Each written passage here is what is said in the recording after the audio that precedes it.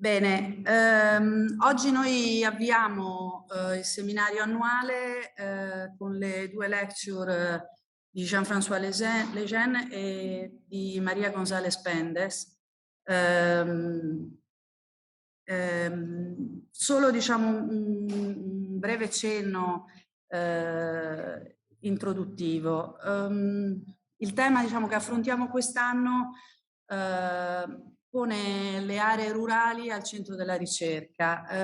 Nasce naturalmente diciamo, da condizioni di contesto derivate soprattutto diciamo, dai più recenti eventi che hanno riportato l'attenzione che, bisogna dire la verità, è nel corso della storia a andamenti alterni, ha riportato l'attenzione sulle aree rurali come ambiti di bassa densità nelle quali la risposta alla pandemia è stata più agevole e più apparentemente diciamo, migliore per la qualità della vita delle persone.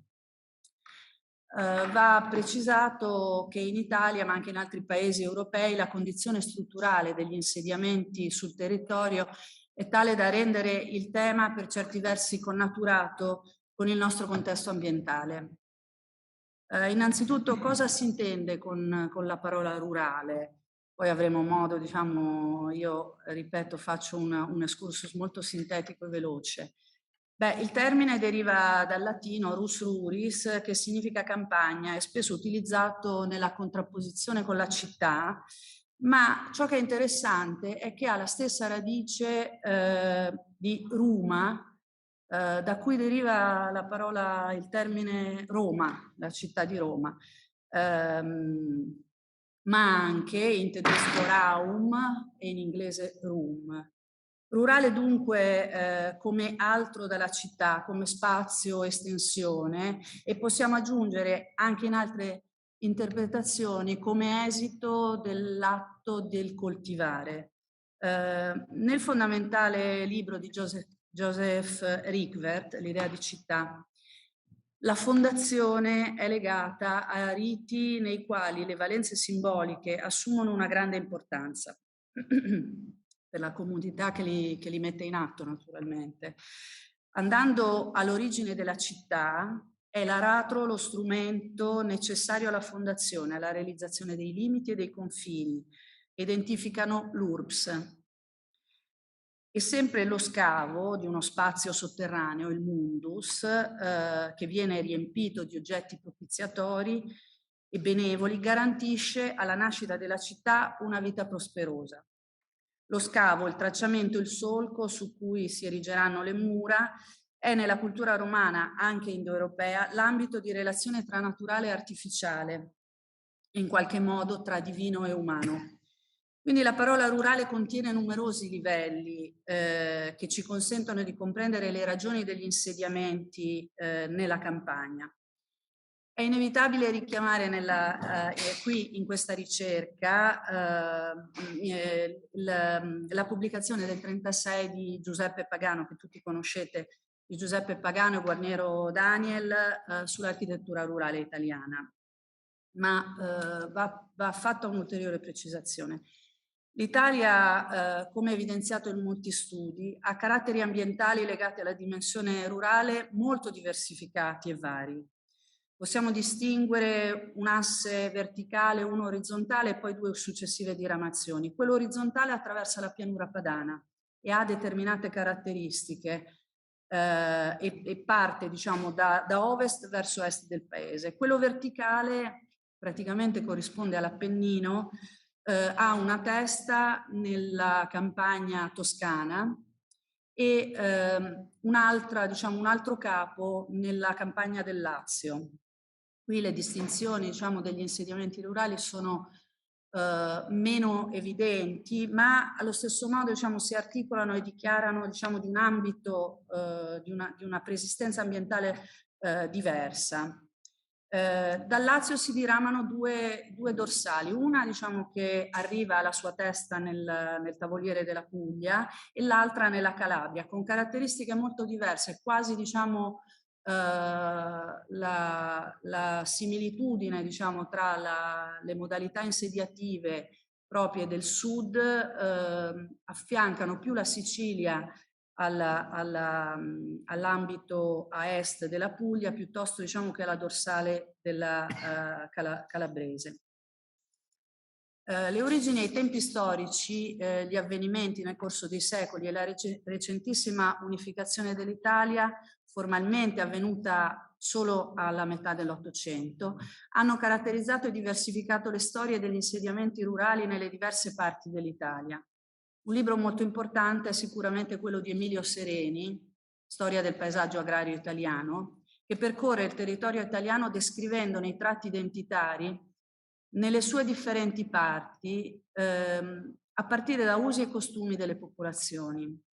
È un libro molto bello secondo me perché fa entrare, diciamo, porta uno sguardo all'interno della comunità, degli usi e delle tradizioni che vengono tramandate e che vengono successivamente, diciamo, continuamente riaggiornate.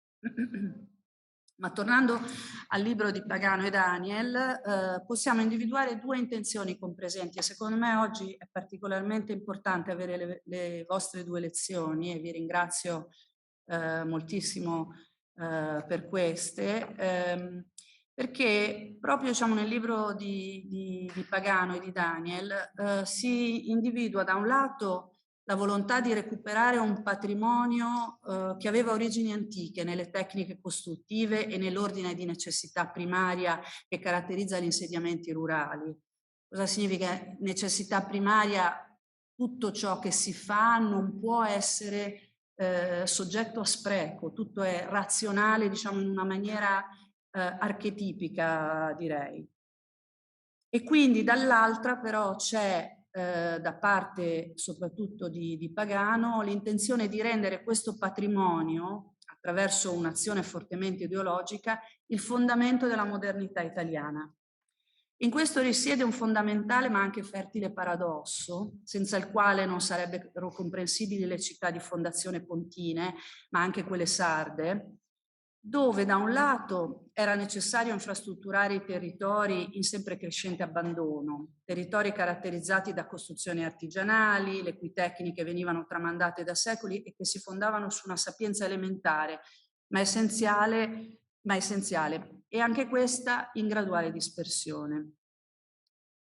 Dall'altro la volontà di collocare la cultura architettonica italiana nel panorama internazionale nel quale ormai era più che consolidata l'industrializzazione e le innovative tecniche costruttive.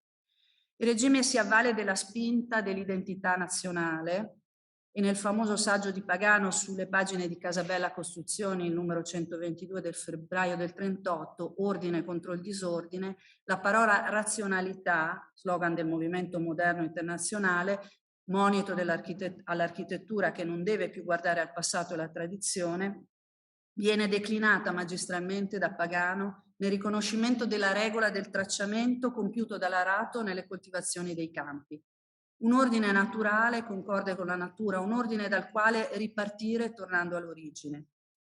Credo che noi ci troviamo ancora lì oggi e quindi l'importanza di questi studi nell'osservare, nel capire, nel comprendere le dinamiche del presente è fondamentale, ovvero la necessità di definire la nostra posizione rispetto a cosa sia l'innovazione, a cosa vogliamo intendere con la tradizione, in un'epoca nella quale dobbiamo guardare verso un orizzonte ampio, non locale, ma anche per certi versi non perderne l'opportunità dei tratti che la località ha positivamente, segna positivamente e che in questo momento sembra appiattito sull'utilizzo di stanziamento di fondi che vengono dati a pioggia in una maniera assolutamente non completamente comprensibile, diciamo così.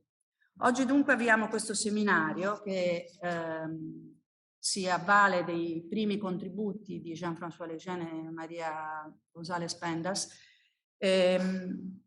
porteranno le loro esperienze, i loro 2 libri. Io farò una brevissima presentazione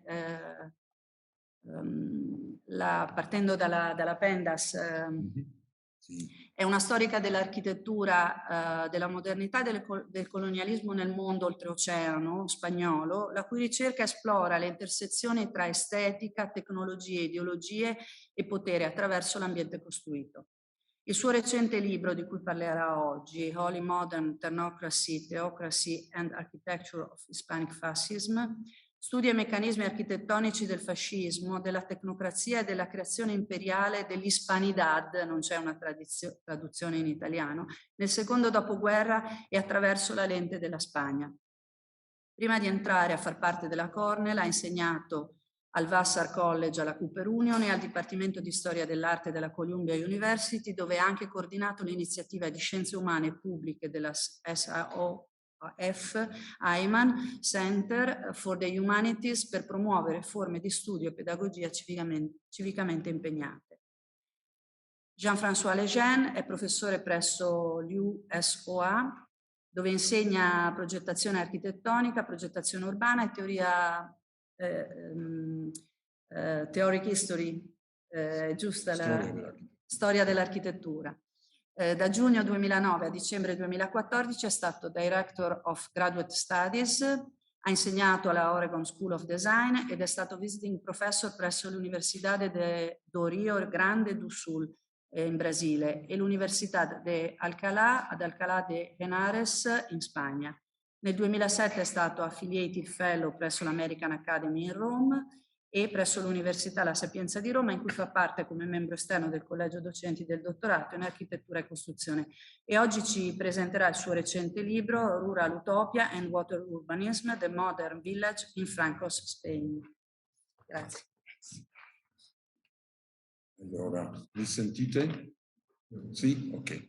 Allora, parlo un poco in italiano, però penso che a un certo punto è meglio di spostare in inglese, perché voglio leggere un poco e forse faccio un misto in italiano e di inglese.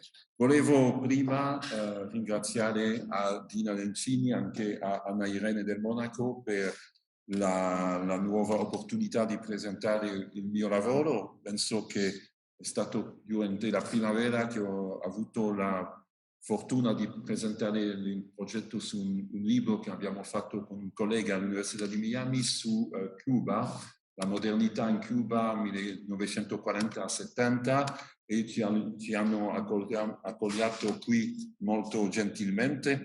E oggi parlerò dell'altro libro che è stato pubblicato l'anno scorso sulla... sì, va bene così?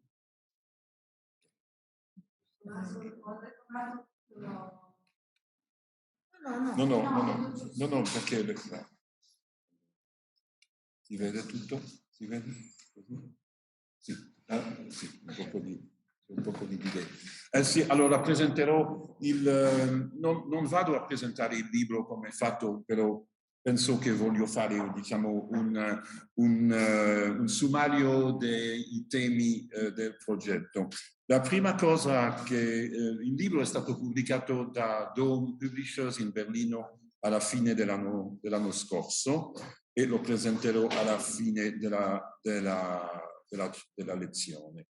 La prima cosa che volevo fare era un po' introdurre il progetto di ricerca, questa ricerca sulla relazione tra campagna o tra il rurale e l'urbano ha cominciato per me già quasi 20 anni fa all'occasione di una conferenza che ho organizzato per gli studenti dell'università, ma anche con molti professori della Germania, anche d'Italia, un progetto sulla relazione tra modernità e il Mediterraneo. E questa conferenza l'abbiamo organizzata a Villa Malaparte in 98. La fortuna è stata di rimanere una settimana completa nella villa di Malaparte e di discutere le relazioni tra il mondo mediterraneo, il vernacolare del mondo mediterraneo e della modernità. E questo mi ha lanciato su una ricerca che il primo momento, infatti, è stato la pubblicazione in 2010-11 di questo libro che vedete sulla parte destra della cerma, Modern Architecture in the Mediterranean, Vernacular Dialogues and Contested Identities, che abbiamo curato insieme con Michelangelo Sabatino, adesso professore all'IIT in Chicago, e dopo, 2 anni dopo è stata pubblicata la versione italiana del libro, pubblicata del Trentino, Nord-Sud, l'architettura moderna e il Mediterraneo, che è una versione un poco revisata con l'addizione di un capitolo sul Portogallo, che teoricamente non fa veramente parte del Mediterraneo, ma diciamo ci sono abbastanza tratti similari per aggiungerlo. Purtroppo questo libro è quasi impossibile di trovare, che hanno stampato veramente poche copie, però esiste.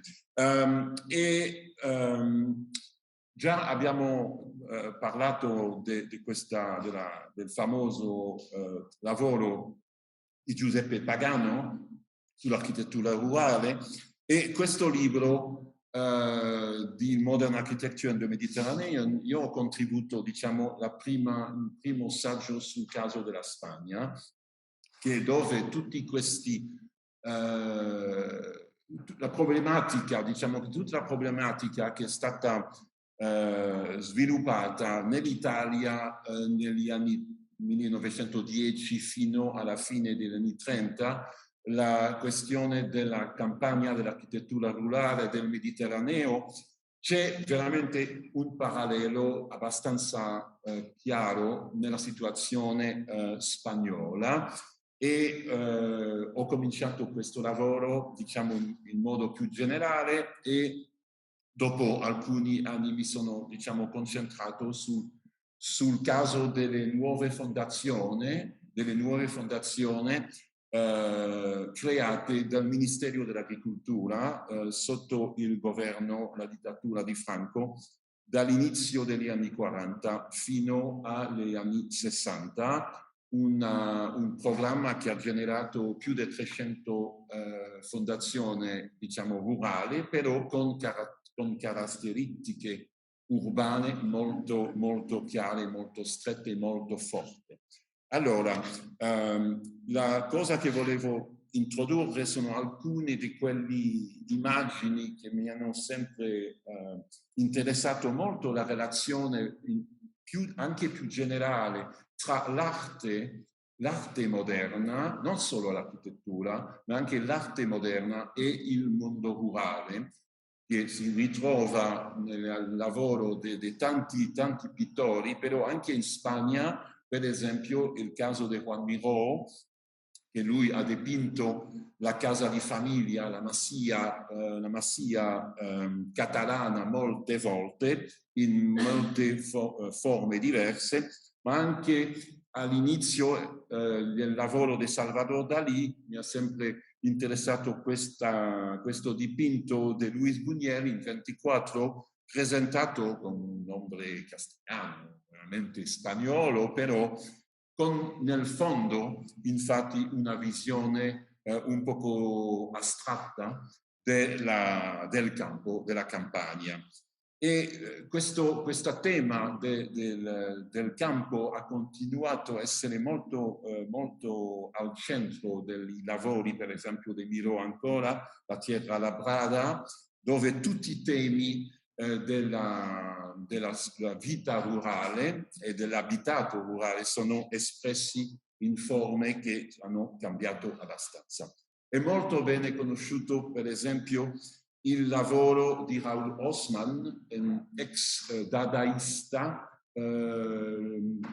localizzato a Berlino, in Germania, che all'inizio degli anni 30 Raoul Haussmann è partito a visitare Ibiza e alla fine ha deciso di rimanere sull'isola, e di trasformare il suo lavoro di dadaista in un lavoro veramente quasi scientifico, però anche molto artistico, sull'architettura rurale dell'isola di Ibiza. Un'architettura rurale che è stata scoperta da molti architetti allo stesso tempo, ma anche per esempio dal filosofo Walter Benjamin, che ha scritto delle pagine molto interessanti sulla vita rurale e la situazione un poco in aspettativo della trasformazione dell'isola di Ibiza, ma anche grandi architetti come Fernando García Mercadal, un importante architetto di Madrid, anche il socio principale del SIAM nell'ambito spagnolo, che ha anche passato molto tempo nella zona di Capri, di Positano, di Amalfi, e ha prodotto dei schizzi molto interessanti che già conosciamo da altri architetti italiani e altri. Mercadal ha pubblicato il primo libro veramente dedicato alla Casa Popolare in Spagna, un libro che un'investigazione di differenti tipi di case rurali, ma tutto questo fenomeno ha cominciato in Spagna, infatti, con la grande crisi del 1898. Adesso passo all'inglese. The defeat of Spain in 1898 in the Spanish-American War and the subsequent loss of the last colonies opened a major intellectual, moral, political, and social crisis in Spain. The aftershock provided an impetus for many writers and many intellectuals to diagnose their country's problems and seek ways to jolt the nation out of its predicament.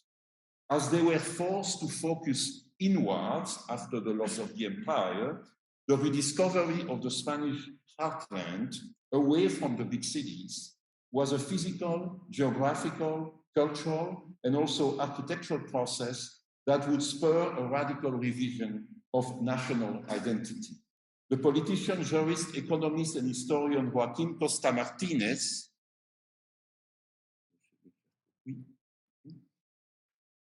became the most important representative of a movement called as regenerationism, generacionismo in Spain, a multidisciplinary movement whose objective was the modernization of the country with a focus on the impoverished countryside. For Costa and his friends, modernization meant the remaking of Spanish nature and thus of the rural world.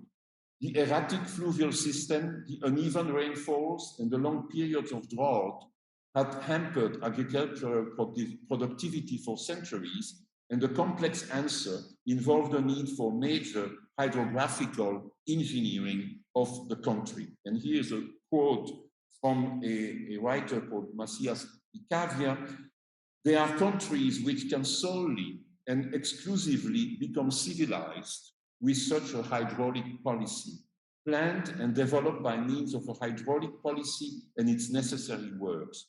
Spain is among them. The truth is that Spanish agriculture finds itself strongly subjected to this inexorable dilemma, to have water or to die. So that is, let's say, the sort of global context of what's going to happen in the countryside under the Franco regime at the beginning of the 1940s. Modernity in Spain during the first decades of the 20th century became, quote, a geographical and environmental project of, more accurately, about the production of new geographies and new natures, both materially and symbolically. This is a quote from a Dutch author, Peter Zwijngerdo, who has studied very intensively this process of transformation, hydraulic re-engineering of the Spanish country. By the 1930s, decades of debates and legal initiative intensified during Primo de Rivera's dictatorship, and the Second Republic had established a socio-political consensus that an ambitious state-driven hydraulic policy was the sine qua non condition of the modernization of Spain. And so it's very important to realize that that idea of transforming the countryside, developing a new hydraulic policy, essentially through canals, dams, artificial lakes, and so on, was not something initiated by Franco, as I will go forward, but in fact, a project that took more than 3 decades to actually become reality, and that actually unified, let's say, on the point of view of engineering, but also ideology and economically, the dictatorship of Primo de Rivera and the Republic of the early 1930s.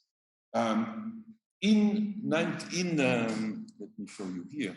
In 1933, Luis Buñuel shot a very important documentary film. It was his first film called Las Urdes, Tierra sin pan, Las Urdes, the land without bread, where he actually expressed in a very strong, virulent, violent way, in a certain sense, the misery and the living condition of that region, one of the poorest regions of Spain, which happened to have been visited a couple of years earlier by the King Alfonso XII.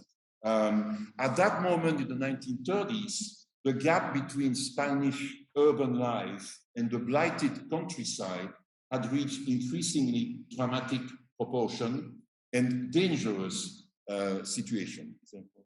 Riprendo il filo qui, allora. Stavo parlando, I was speaking about this important publication of 1930 on the popular house in Spain, but as I mentioned, this movement of interest into the countryside is a movement that started literally at the beginning of the 20th century, and that really involved a very large sector of the society, artistic sector, architectural, but also philosophical, as you can see, for instance, here, the great philosopher Miguel de Unamuno, who actually wrote himself a series of books about, let's say, about the countryside, about the small cities of Spain, about the relationship between the society and its rural roots. So the phenomenon was really widespread. Important investigation, photographic investigation of the countryside. Here, a very important German photographer, Otto Wunderlich, who investigated a lot of the regions of Spain. Here are some images from Aragon, and his archives are extremely large in Spain. The young architects of the GATPAC movement, who published this, the most important architectural magazine of the 1930s, Architettura Contemporanea, AC, here in issue number 18, investigating the streets of the Andalusian villages and trying to understand what are the architectonic and urban characteristics of those population. And what's very interesting, perhaps a big difference between Pagano focus on the rural architecture and the Spanish focus, in particularly the one from the GATPAC, the gaze of the GATPAC, is that the gaze of the GATPAC was highly more urban than the one in Italy. I think we can say that Pagano really focused mostly on rural farm structures. Those were not ignored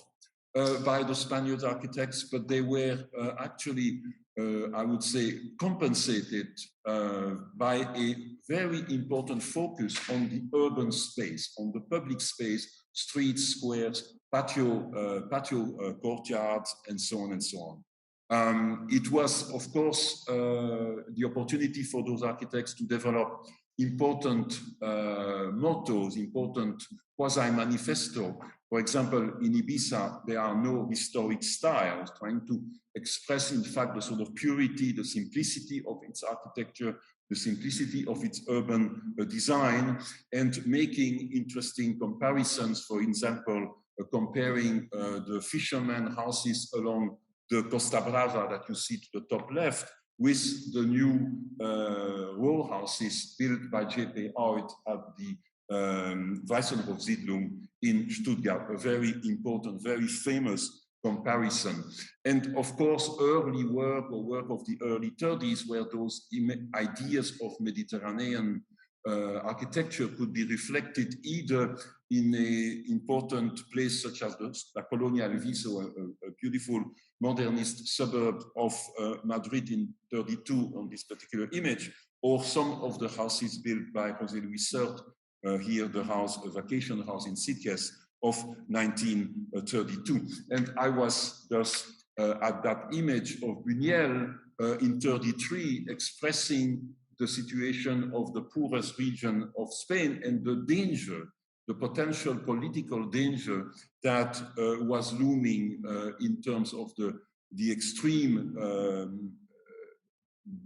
gap between conditions of life in the countryside and conditions of life in the cities. I already introduced Joaquim Costa, the need to hydraulically re-engineer the country.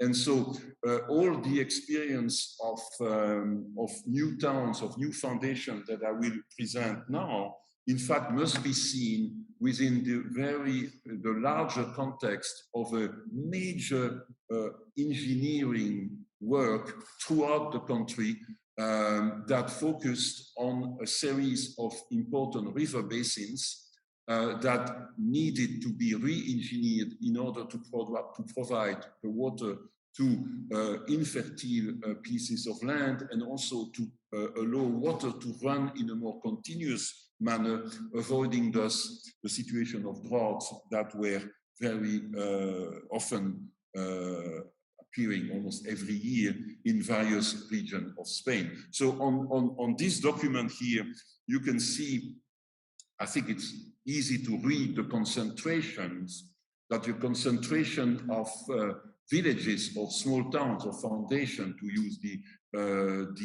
expression, the Italian expression, fondazioni. You can see how they eventually are creating very important zones, and those zones are directly connected to important rivers, including the Guadalquivir in Andalusia, or the Tajo between Portugal and Toledo in the center of the country, the Gardania between Badajoz and the center of the country as well, plus other small, the Ebro River, and so on and so on. So it was very important to understand that larger context of the engineering process. Now, all the work that I will present was done from 39-40 to the 1960s, and has been often, now it's changing slowly, often considered to be essentially dictatorial work, Franquist architecture.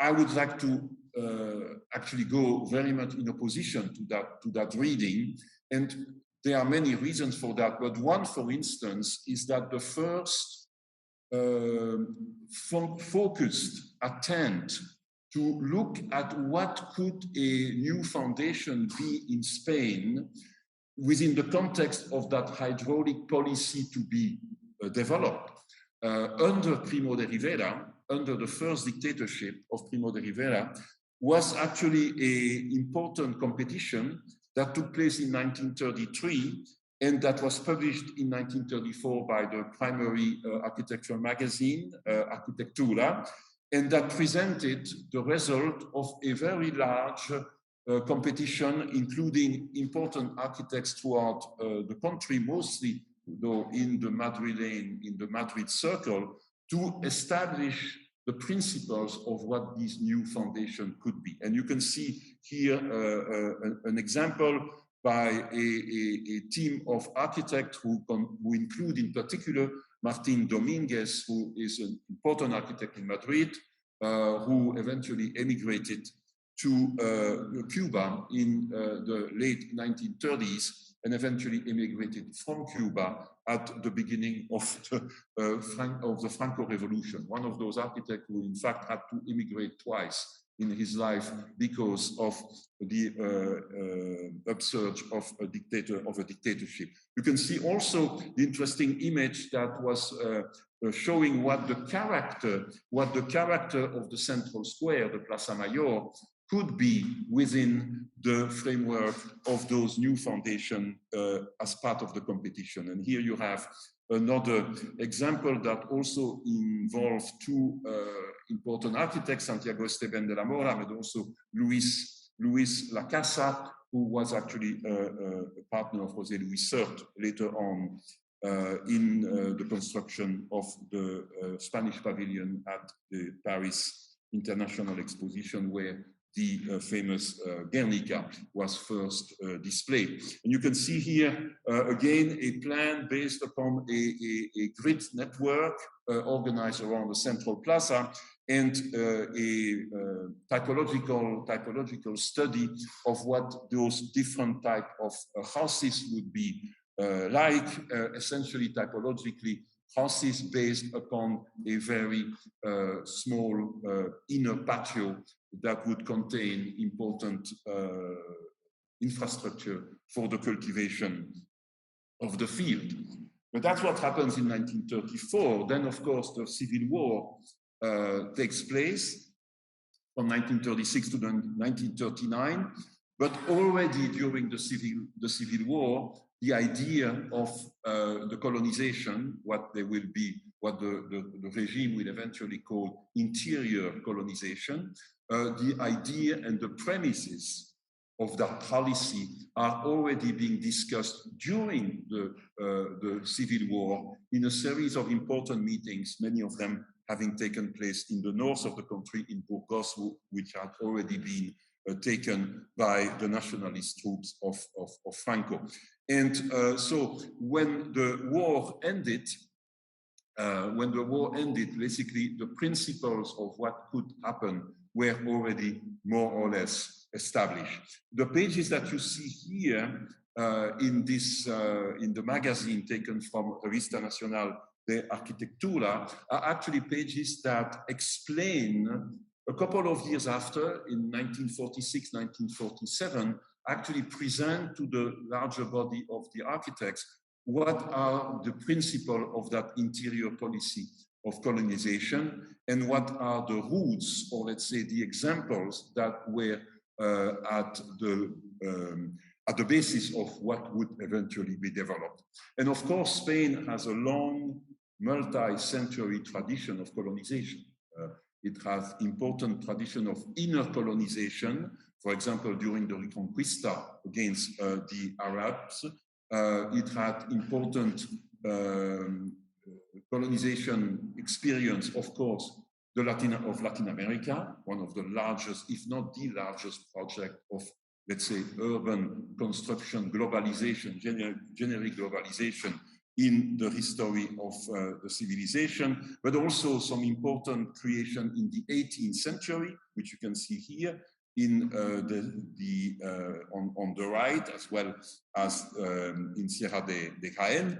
And the planners and let's say the leaders of the project of interior colonization used, and this is of course very interesting in the framework of being here in Italy, in Rome, the Pontine marshes and the experience being developed by Mussolini in Sabaudia, in Latina, and other places in the country, Segesia, for example, was the first reference to which the Spanish planners actually made connection to.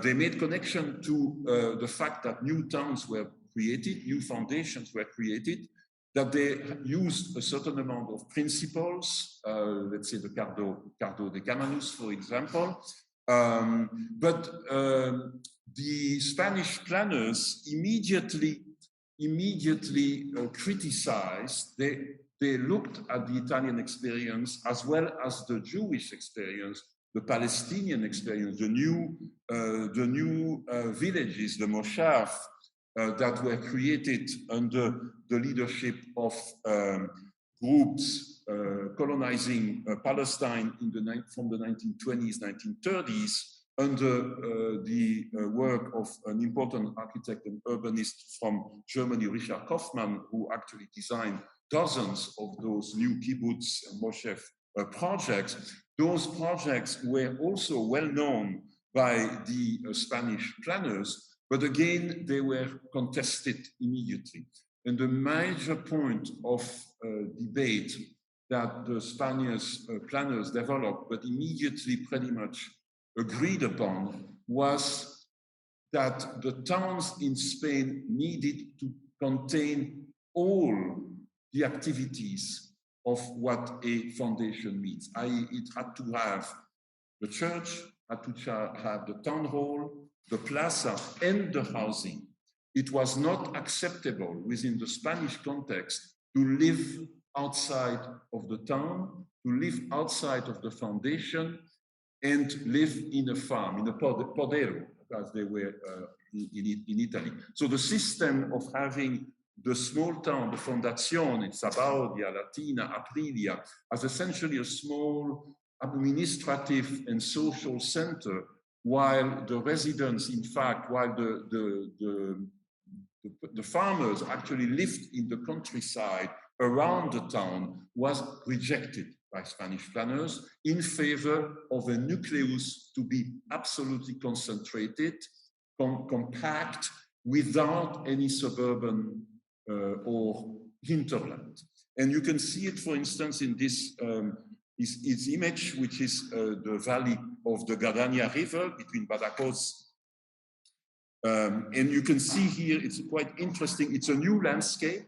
This landscape used to be essentially a very dry, uncultivated, quasi-treeless landscape, now hydraulically re-engineered.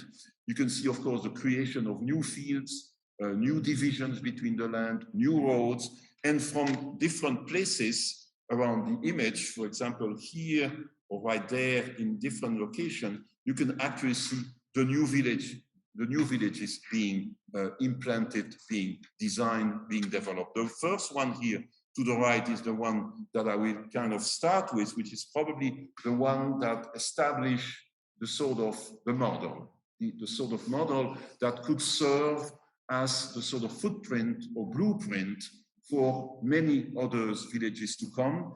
The idea is essentially a slightly gridded urban form concentrating on a plaza at the center.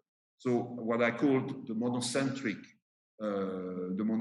typology or the monocentric morphology, essentially the town being organized around a central square, essentially placed within the path of circulation or at the location of important entrance streets within the nucleus. And this one actually in Gimenells, which is in Aragon, which you can see in the first top images, was created literally from scratch in 1944, planned in 1944, construction starting in 45, and certainly not built in fascist speed. That was not a concept developed by Spanish architects or politicians. So those towns actually were built relatively slowly, probably an average of 3 or 4 years, so actually from the beginning of the process to, let's say, the establishment of the major network of streets and the construction of the central square. So what is critical in the case of Spain is that, of course, because of absence of the Second World War, there was a continuity of construction, but that the housing was given priority to the construction. So very often housing was first and then the public spaces were following, or a parallel process of building the housing stock and the center. Very different, of course, of what we know in Sabaudia, Aprilia, and all the Pontine areas, where the focus was for propagandistic goal on the square, on the image, of the new image of those new places.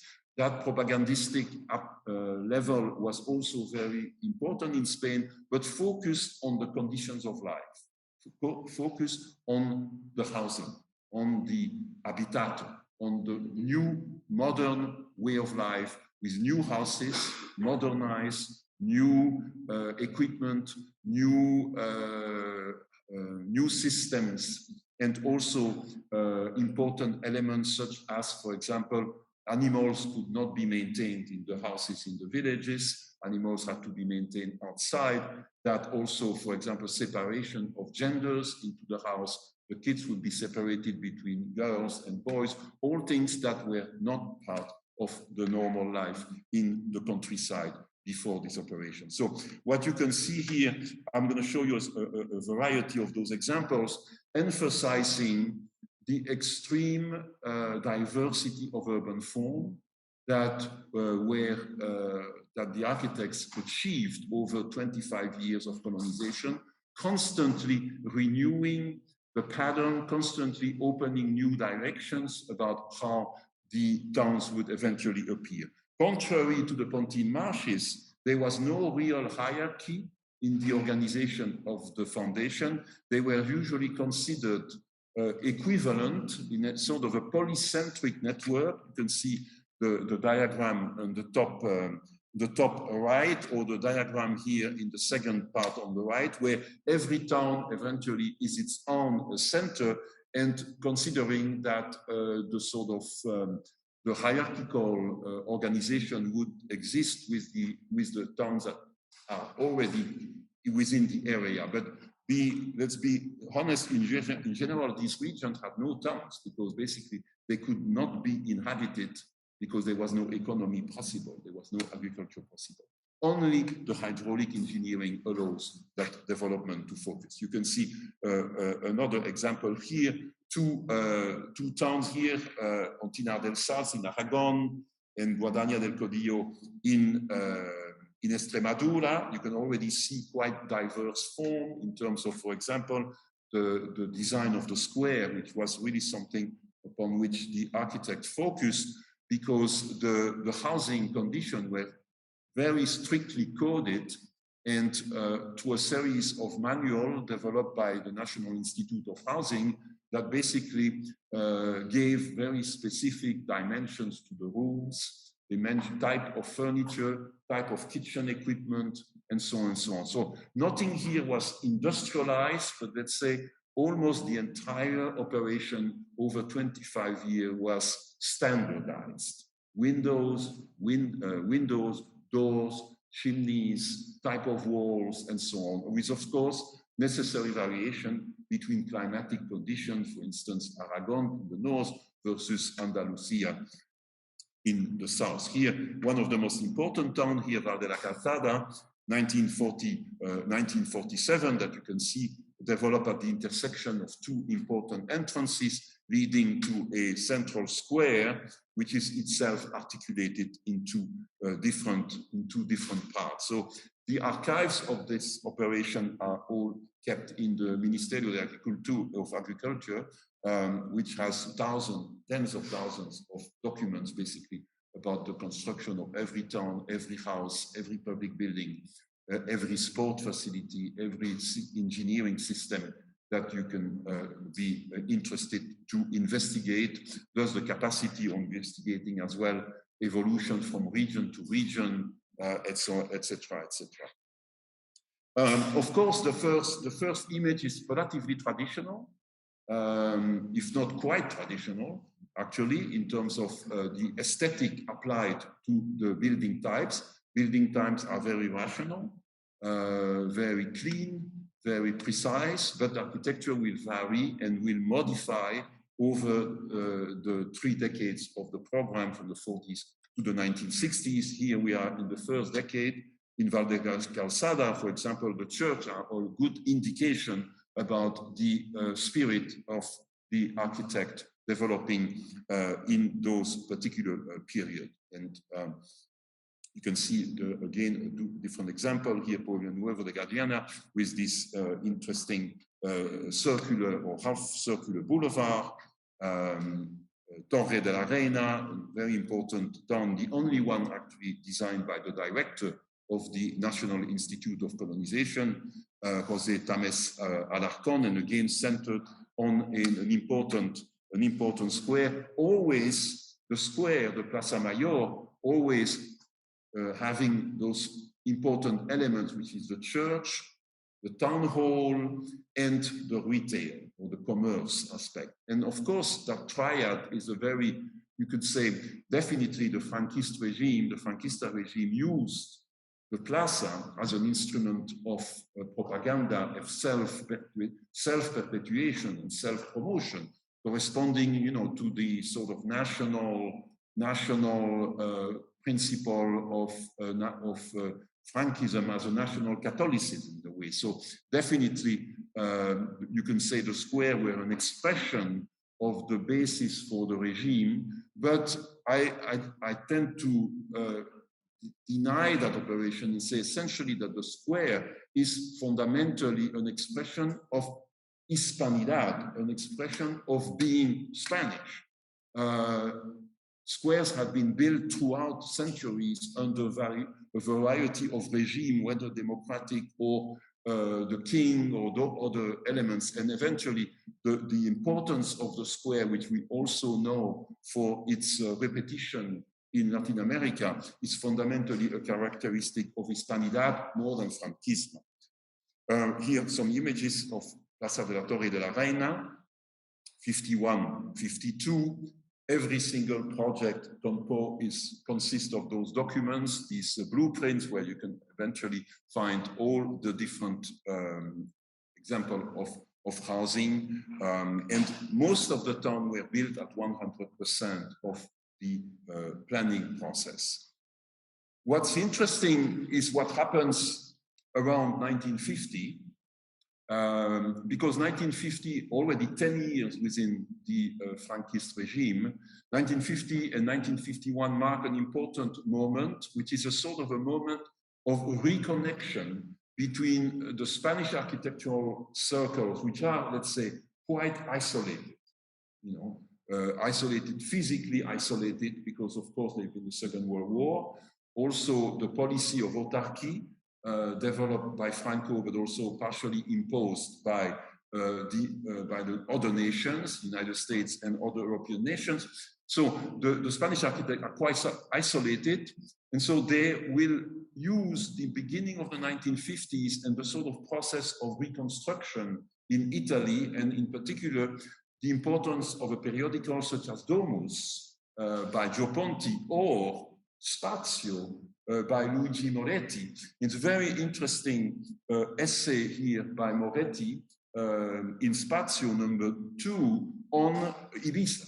So the idea of looking at the islands, of looking at the vernacular, at the Mediterranean vernacular that was so important in the 1930s for the progressist architects of Barcelona, José Luis Sert and his friends of GATPAC, the same movement is actually restarting in the early 50s with a new generation of architects, or let's say a changing spirit of some architects, trying to look for another element of reference to, let's say, go beyond the sort of imperial example that I'm sure Maria will focus on, which is, for example, the use of the Escorial as a sort of prototype for an imperial Franquist architecture. In the case of the colonization, the image of the Escorial was never developed, never used. It's mostly, much more simply, the idea of the sort of the pueblo, of the small villages that one can find everywhere within the country. So Moretti was very interesting, very important, and Gio Ponti, because Ponti was also himself in the early 1950s relaunching the debate about Mediterraneity in the pages of Domus. And in 1951 is an important seminal moment, which is the Spanish pavilion for the 9th Triennale of Milan, which is given as a commission to José Antonio Coderch. And Coderch very much developed a concept of the pavilion, which emphasizes countryside, popular art, and elements of architecture that are particularly important for him and that he will himself developed strongly, as you probably know, which is, for example, the Persiana, the sort of brise-soleil, very critical, of course, in the development of a modern architecture in Spain, but also the importance of Gaudi, the importance of Antonio Gaudi. So on this panel to the left, that is in fact a sort of a fake Persiana displayed within the Palace of the Triennale in Milan, which sort of indicates a vision of light and a vision of environmental architecture to some extent. And the images that you see, the photographs that are contained within the panel, are photographs of popular architecture, so similar to what had been done in the 30s, but also to, for example, Pagano and Gaudi, two sort of important element for the sort of symbolic of a renewal of the architecture. And to the right, you have the famous apartment building in Barceloneta. Now, let me say something clear that Godech and the Catalan architects did not participate in the process of colonization. I think that was actually a very precise decision of the government, of the Franco government, not to actually commission Catalan architects in that national program. The architects from all around the country, except from Catalonia. Of course, Godech, his architecture will have huge importance, even in importance worldwide, and certainly in Europe as well. But the impact of this transformation, the impact of this change will also be clear on those new foundations.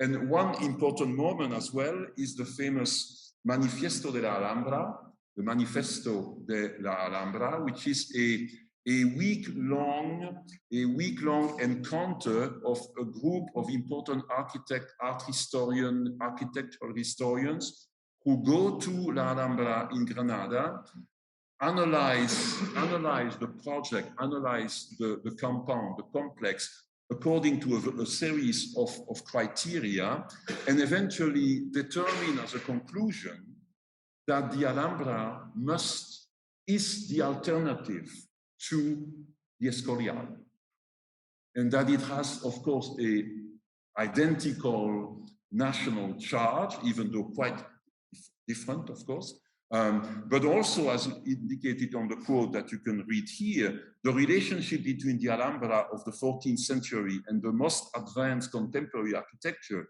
is in many ways astonishing.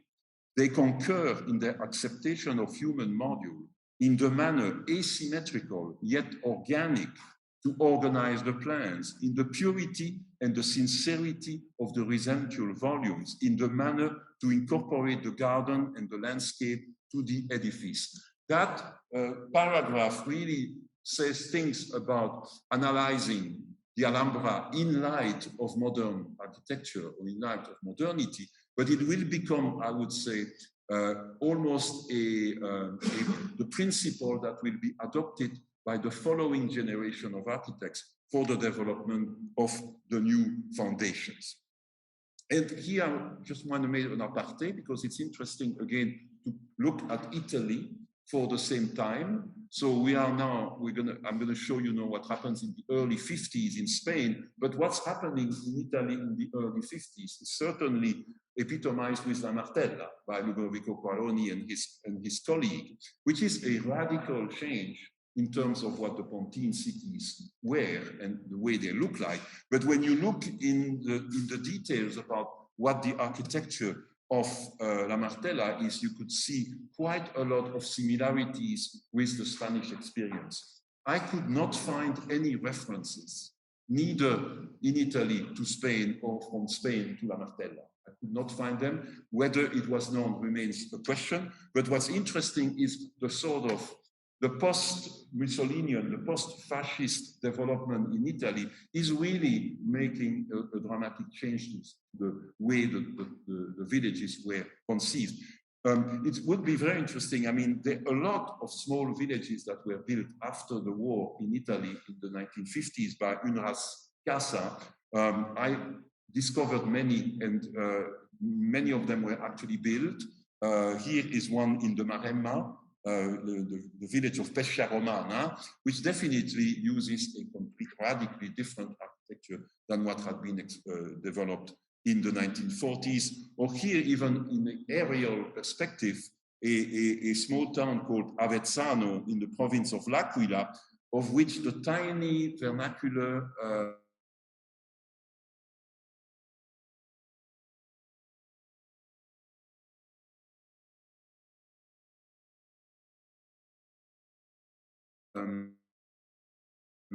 this new democratic regime, Democrazia Cristiana. In Spain, it happens under Franquism.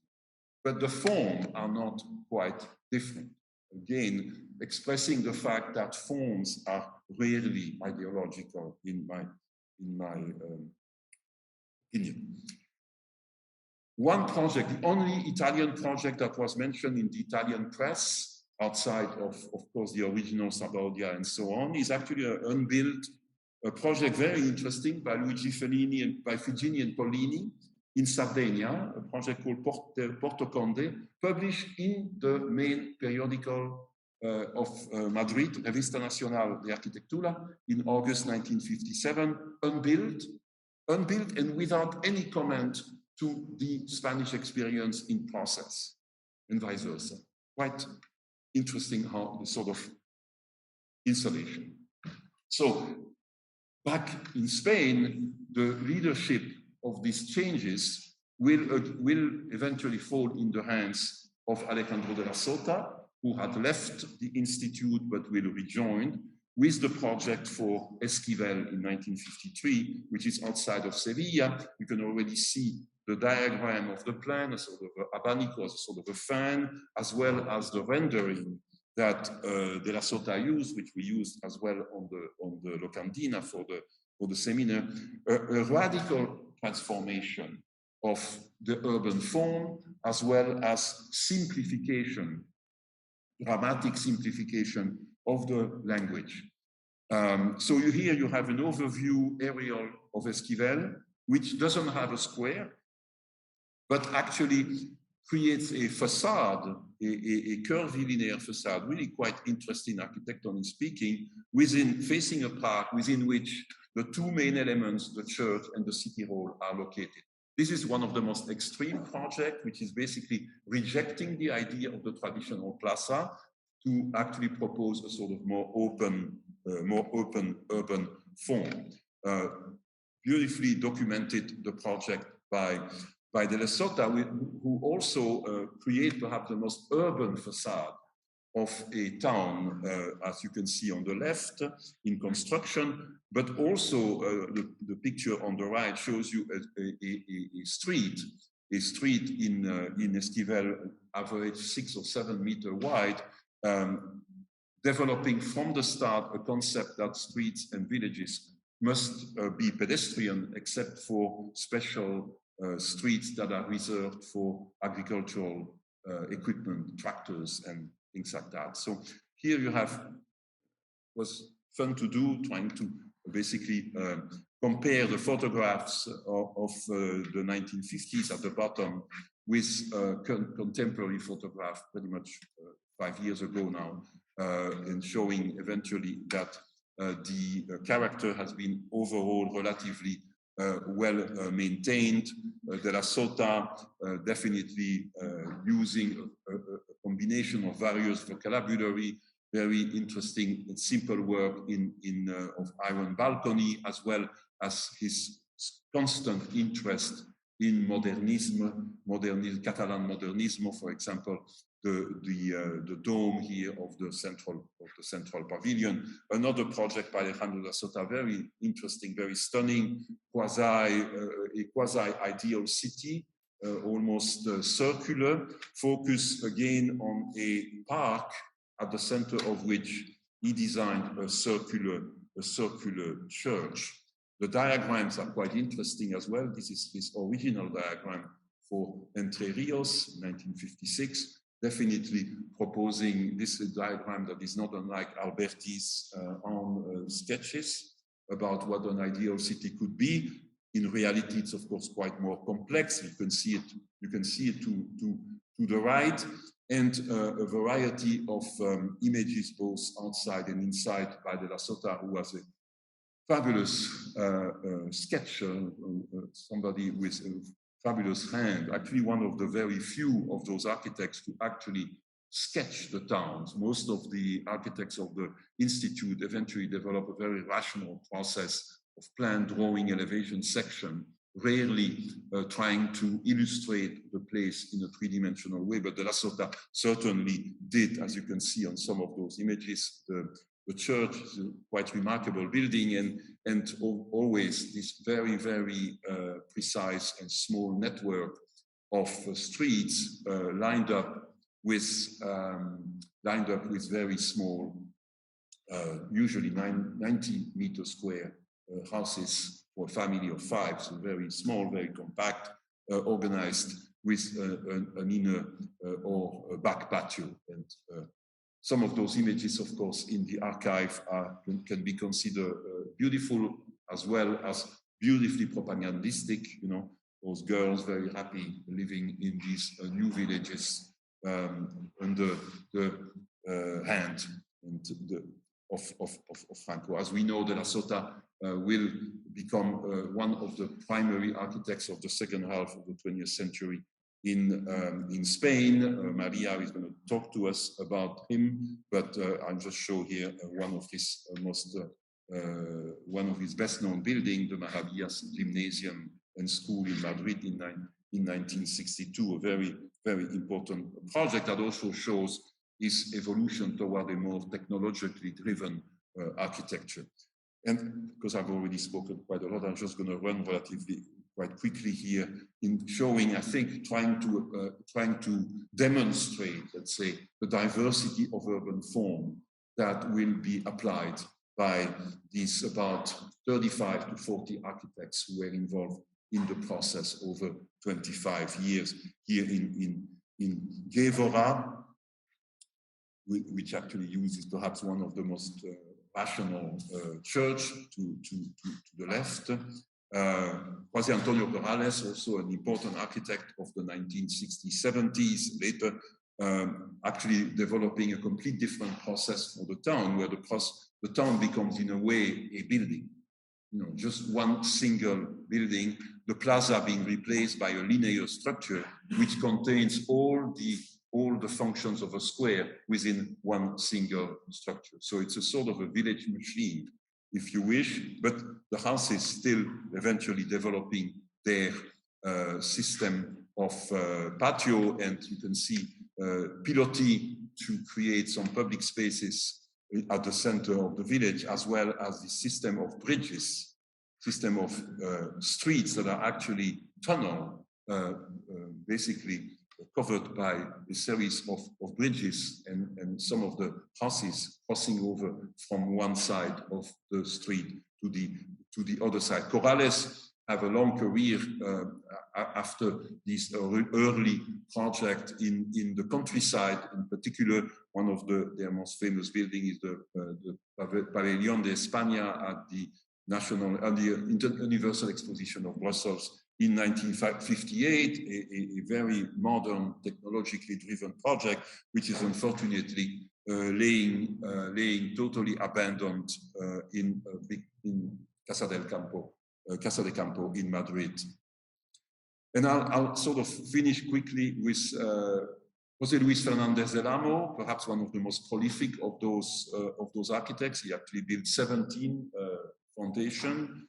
I always like to quote him because he wrote quite a lot about his experience.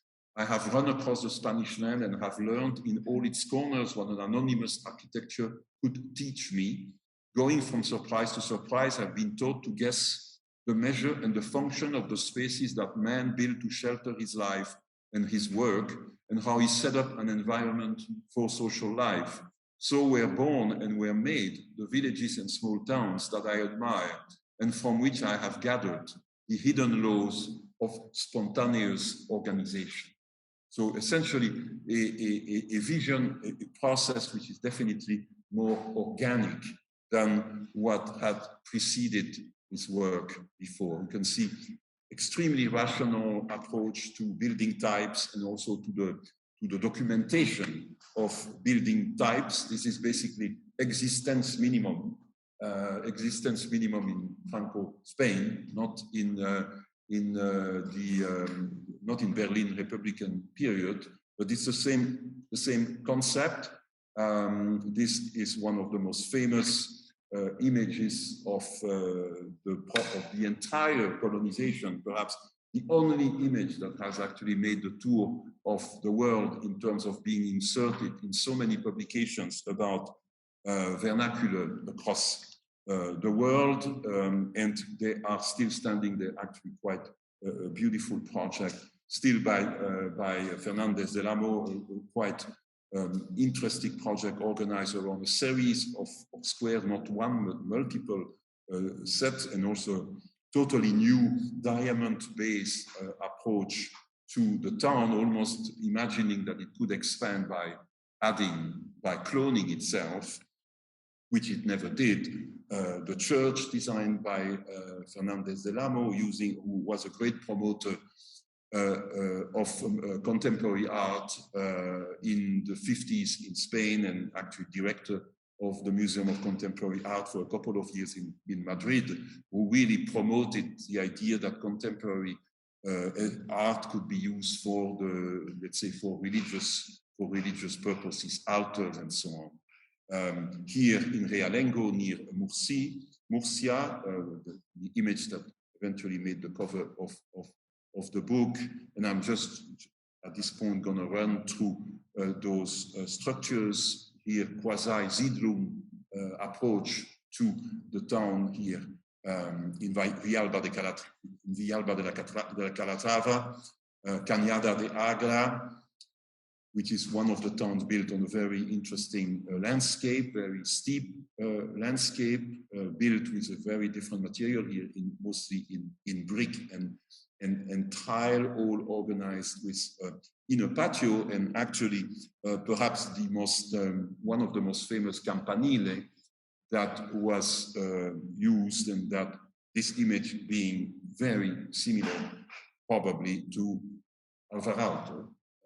Alvarado was a fundamental reference in the 1950s in Spain. He traveled to Madrid, he lectured, and Alto actually himself used in his own lectures in Spain photograph or drawing of vernacular structures in the country, not in Sweden, but in Finland, but actually in Spain. He actually investigated those buildings and inserted them in his own lectures. Fernando de Terrano, famous urban historian, much later in 65, and I will end here with one of my favorite, actually, El Solanillo, which was built in 1964. It's actually the last town of which we have a foundation date, 64-65. After that, the program will wind out, and this town will be pretty much completed 3 years after. In this location, near Almeria, on the south of Spain, you see zero vegetation. When you go there today, you don't even see the buildings. The place has been completely integrated into the landscape.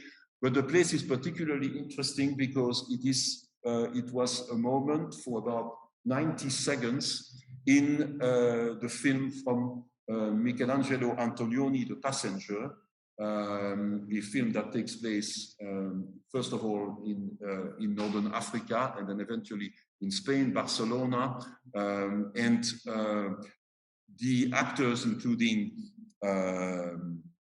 Jack Nicholson, who's the primary actor in the film, actually explored the town for about 90 seconds, realized that there is nobody there. Of course, people are working in the field, and in the interview that has been published by the interviewer Jack Nicholson, he actually said, "It's very strange, we thought we were in fascist Italy." So I will leave it there. Thank you very much, and sorry for the problems of electronics.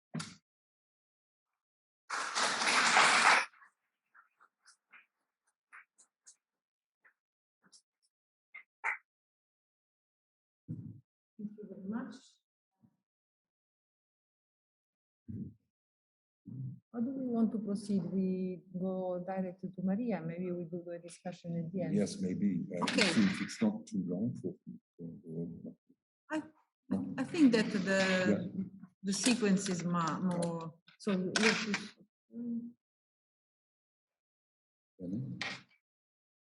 okay. So ¿Estás lista, María? Yes, you guys. I need to share my screen if I can. Yes. Share. Can you see? One moment. One moment, because we don't have the sound.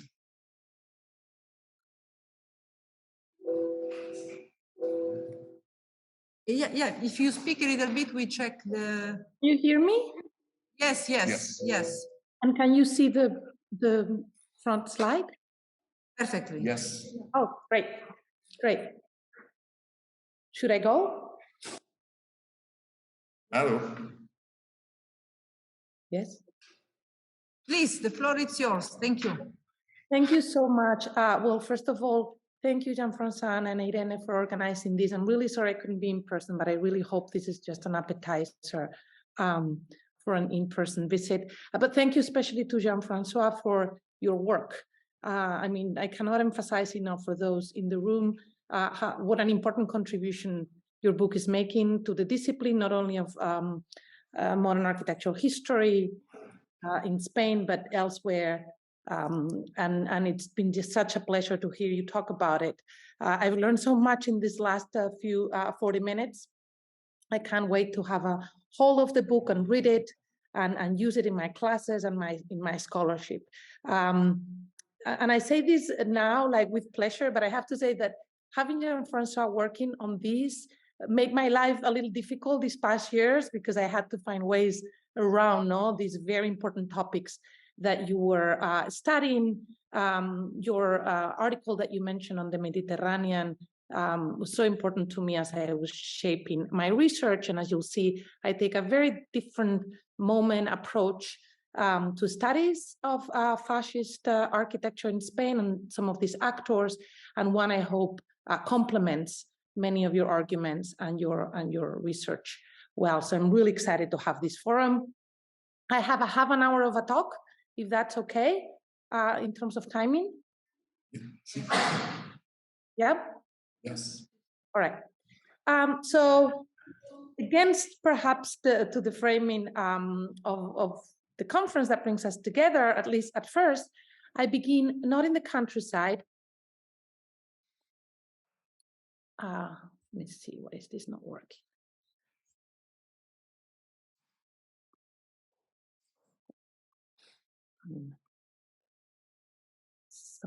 Okay.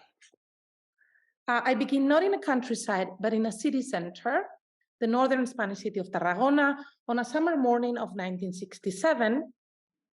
For some of the locals, it was quite an occasion, as they awaited the visit of Francisco Franco, by then the nation's dictatorial leader for almost 30 years. Upon arrival, Franco toured the city amidst hailing crowds, took communion in the cathedral, and addressed the people before popular dances and collective chanting. Clips of the like abound in the archive of the state's filmic propaganda, where I found the video that is running in your screens. To be sure, this kind of urban spectacle was not particularly unique in the repertoire of fascist politics. When it came to Tarragona, this was actually Franco's 5th visit. In 1957, for instance, in previous rallies, the dictator had ended at the town hall, whose Renaissance style had dutifully characterized the regime architecturally since its inception. This would be the frame from where he would address the publics. Yet on our morning in 1967, Franco's car headed north towards the urban expansion of the city and stopped in front of a brand new building, the headquarters of the fascist party, Falange, where he delivered his speech. The building were full-height stone-paneled walls, balanced out floor-to-ceiling aluminum windows, was remarked on in the broadcast of the event, and I quote, for its modernity and its airiness. So the choice of such a background was, of course, not accidental. By 1967, Franco's message was one of prosperity, as he put it, and peace, as brought about by the fascist core beliefs of God, family, and nation, and this would be the Franquista rhetoric, of course, but also by the regime's liberal political economy that was driving developmentalism. And this included a vast infrastructural expansion of the countryside that Francois just mentioned, the sort of implementation of infrastructures such as dams, highways, power plants that were then critically reshaping the rural territory. In fact, Franco had traveled to Tarragona in 1967 to inaugurate the US-owned chemical plant, and I quote, as a testament to the industrial and economic development of the country. So the grid behind Franco that morning, those rather clunky aluminum mullions that you can see behind him, were meant to substantiate this same message. One, where technological rationality, industrialization, and efficiency were made compatible with dictatorial rule. Clad in military attire, Franco's speech against the grid signaled not only the regime's embrace of modernization and a modernization mentality, as we've seen, this was already in place before the regime and since 1939. What we see here is the regime's eagerness to communicate this synthesis, to make modernization visible and related to its message. So you might suspect that my job is pretty much done here as I lay out the pieces for an argument where modern architecture appears as a site of post-war development and of fascistic propaganda.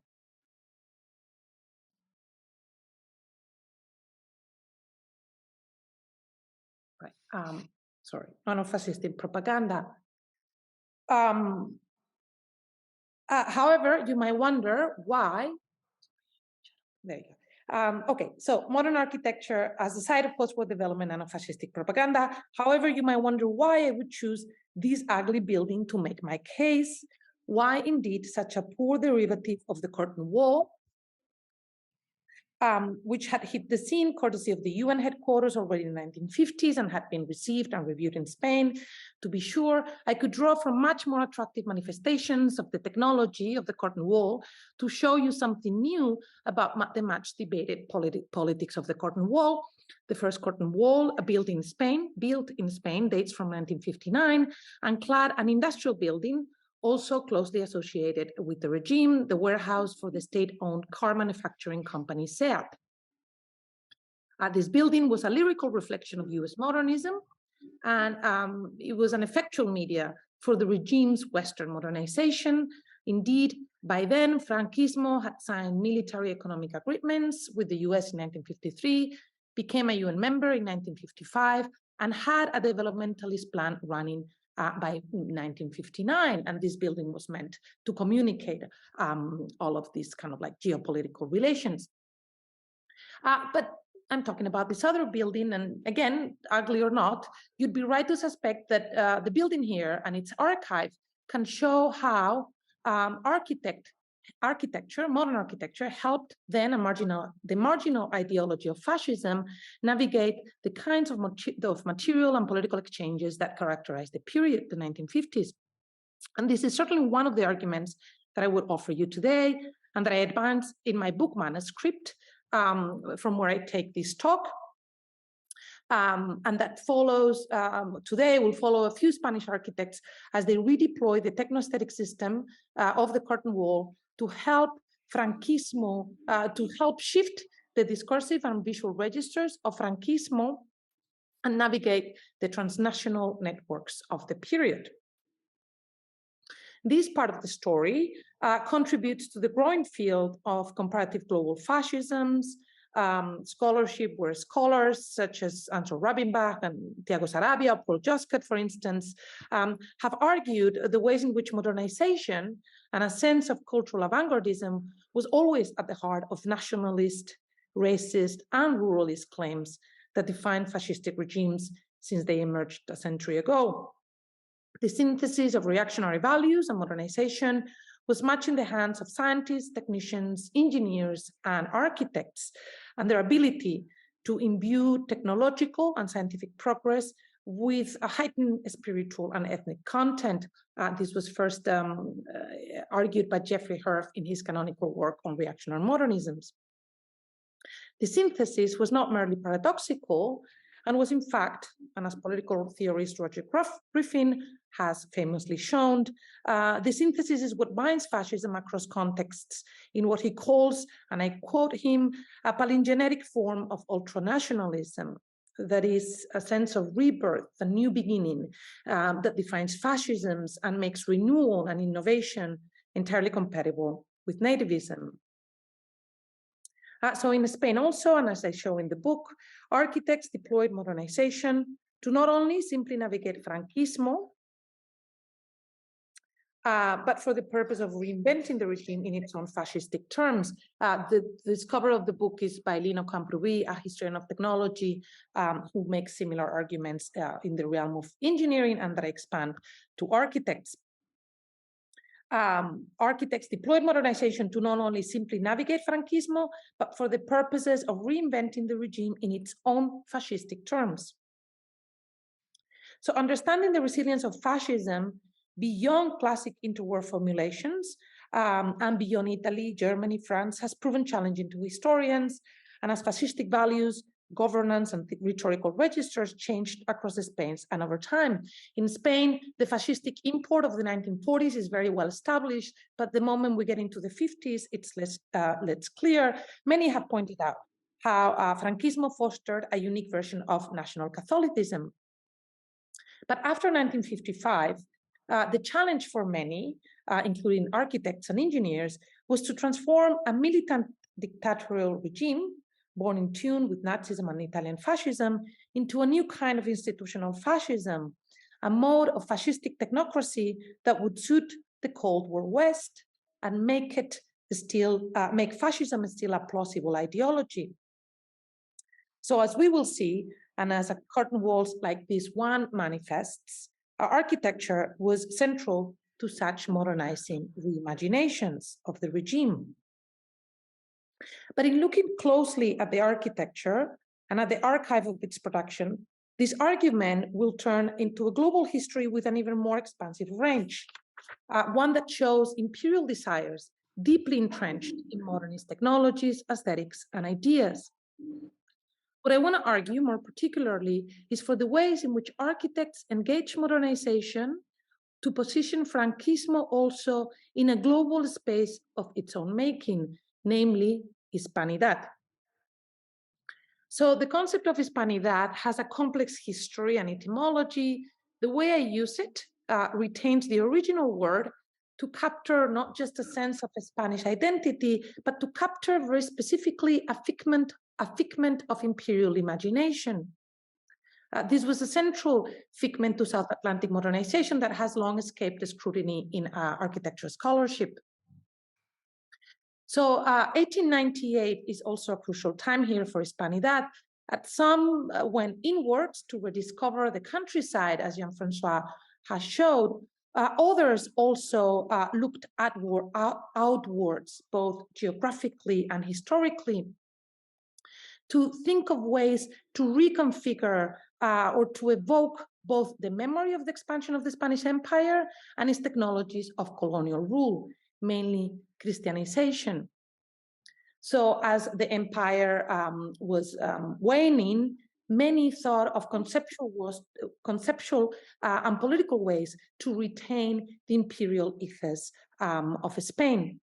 Hispanidad, again, as a figment of imperial imagination, was particularly fruitful for fascism, which emerged in Spain very much as a backlash to empire's end.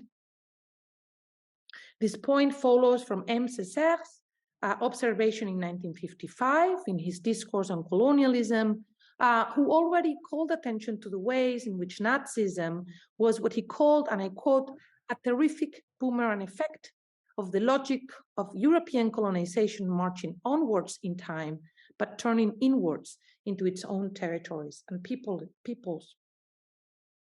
Certainly, the Franquista regime not only emerged in colonial North Africa, but also managed the transformation of colonialism from territorial governance abroad to a narrative of cultural and national hegemony. This is part of what the Colonial Studies Group has described as the transformation of colonialism into the coloniality of bodies and of minds. And this coloniality of minds is what the ideology of Hispanidad captured really well. So in my book manuscript, I looked at different ways in which modernity's architecture performed different acts of imperial reimagination, how Hispanidad was performed architecturally. So much for the larger stakes. With the remainder of my time, I'll try to give you some concrete sense of how this imperial reimagination hits the ground by zooming back into the architecture. Luckily, I want to talk not about the ugly building that I first presented you with, but instead I want to take you to the building just across the street from it. The building that Franco's car actually drove right past and left behind, and as he stepped into its neighbor. So the building that you can see on the bottom image behind Franco's car. This photograph here looks at the balcony of Franco's speech from the terrace that of the building that I want to talk about. This other building was also fairly novel. Note, for instance, the cross-shaped steel column receding from the glass banister, a marker of high modernism, if there ever was one. Mies van der Rohe's canonical pavilion had stood only 50 miles away from this site, and by 1967, discussions for its reconstruction were already ongoing. This other building was also official. In fact, it housed the local headquarters for the civil government. In the ground floor, what you see at the bottom, you see a wide open access that led to the offices on the back that pertain the bureaucracy and governance of citizenship. This is where the government would issue licenses, identity papers, professional permits, and so on. And the police headquarters are to the left. The stairwell on the right would give access to the offices and reception areas for the governor on the second and third floor with a modernist efficient interiors. So this building is very much in the vein, of course, of Giuseppe Terrani's Casa del Fascio. The civil government also was a crucial institution to exerting in-the-ground social governance for a state like Frankismo. In fact, the civil government was the institution charged with policing and administering the lives of the hordes of rural migrants that were coming in bulk into the cities in the 50s and 60s. The efforts for interior colonization notwithstanding, and the regime's sort of emphasis on repopulating the rural, the countryside, did not, however, stop hordes of rural migrants coming into the cities in the 50s and 60s. And this was the institution that was called on to administer their transition into citizens. For this purpose, to administer this new population, the building was one of an ambitious expansion of civic infrastructure that had begun as early as 1943 by the Franquista government, with up to 46 new civil governments alone designed and planned across the country. This is the administrative counterpart to the infrastructural development that was then transforming the national landscape, as seen before. Our building in particular was commissioned by the Ministry of Internal Affairs. Its design was intensely debated and decided in a competition in 1956. And the competition was won by Alejandro de la Sota, who we've encountered already. The construction of the building was costly, slow, lasted over 8 years. And this is just to say very briefly that this building was quite a big deal for the regime. And yet, recall how Franco drove right past it in his visit to Tarragona. That is, at such an event, such a momentous event for the city, the building was deprived of its ultimate purpose, that is, of representing the state and the region.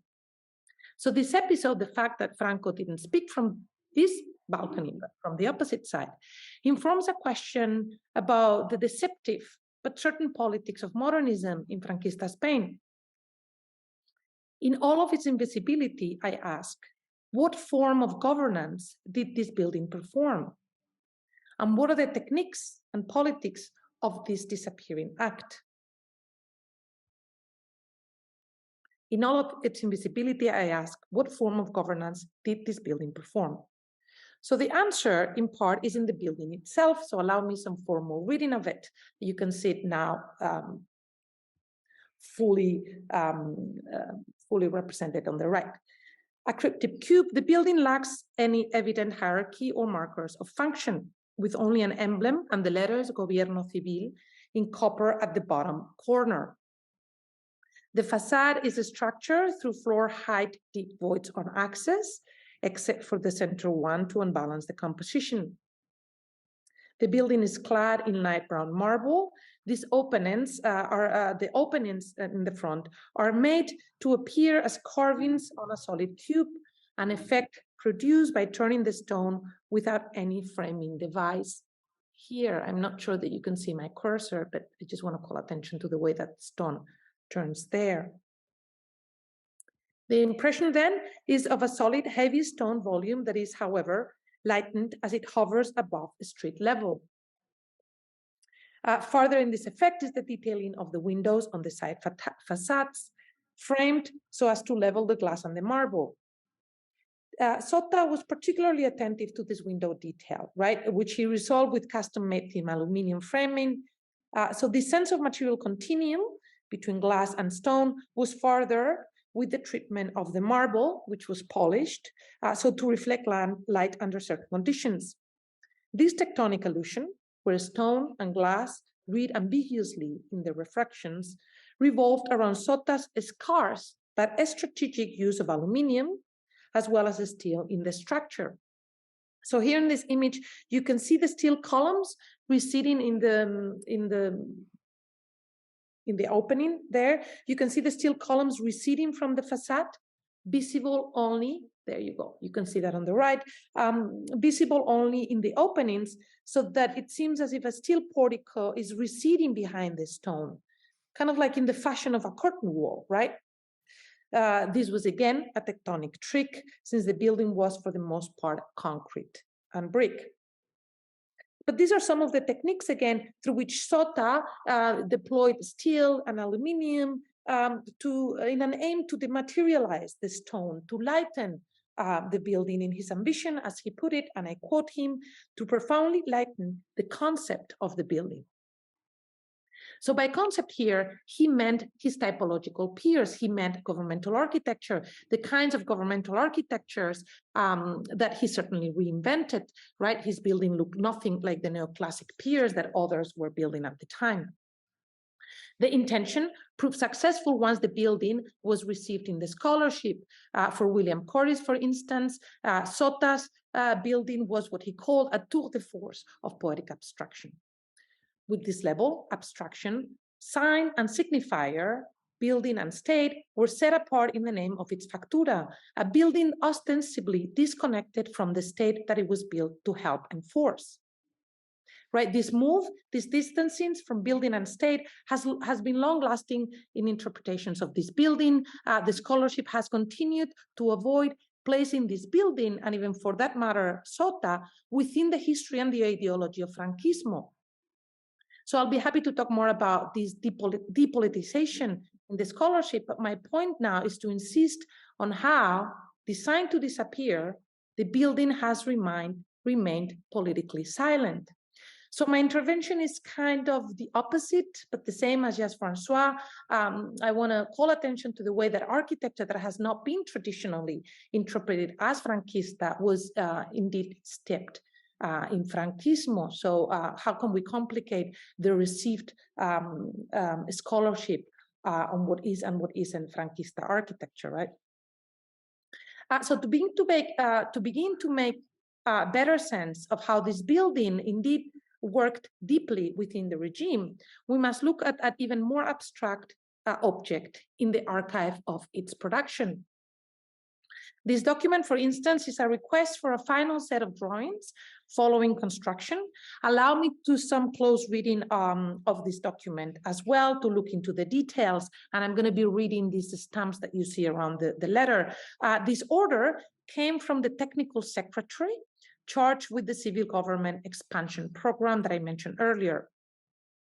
The technical secretary was dependent of the general director of architecture and of the IRS. Within the IRS, the transaction was part of the Service of Urban Management and needed approval from the Ministry of Housing. So again, all of these different stamps and bureaucracies that made the building happen, right? And finally, both within the Ministry of Housing and of the IRS, so something that you can read here, penciled, and you can read here also, both within the Ministry of Housing and of the IRS, our building fell under a very special category. So stamped over there and pen on the top, we see it shelved under the section of religious buildings. So to me, this detail of the bureaucracies of architectural production is as telling as that of the materiality of design and triggers new questions. Why would our government building be, in its inception at least, essentially religious? Likely this had to do with the funding. As early as the first round of revisions and as per Sota's financial filings, he increased the budget for construction by 85%. Since the inception of the regime, religious infrastructures had been the recipient of substantial resources, architecture, of course, having served as a powerful media for the alliance of church and state that anchored the Franquista ethos. Right, so the classification as a religious building would have helped fund, among others, this detailing in aluminium, an expensive material at the time and still rare in construction. So what we're seeing here in your screens, I think, is architecture performing the Franquista intricacies of God at state, if now through the logic of rationalization. And here I mean the rationalization of bureaucratic administration.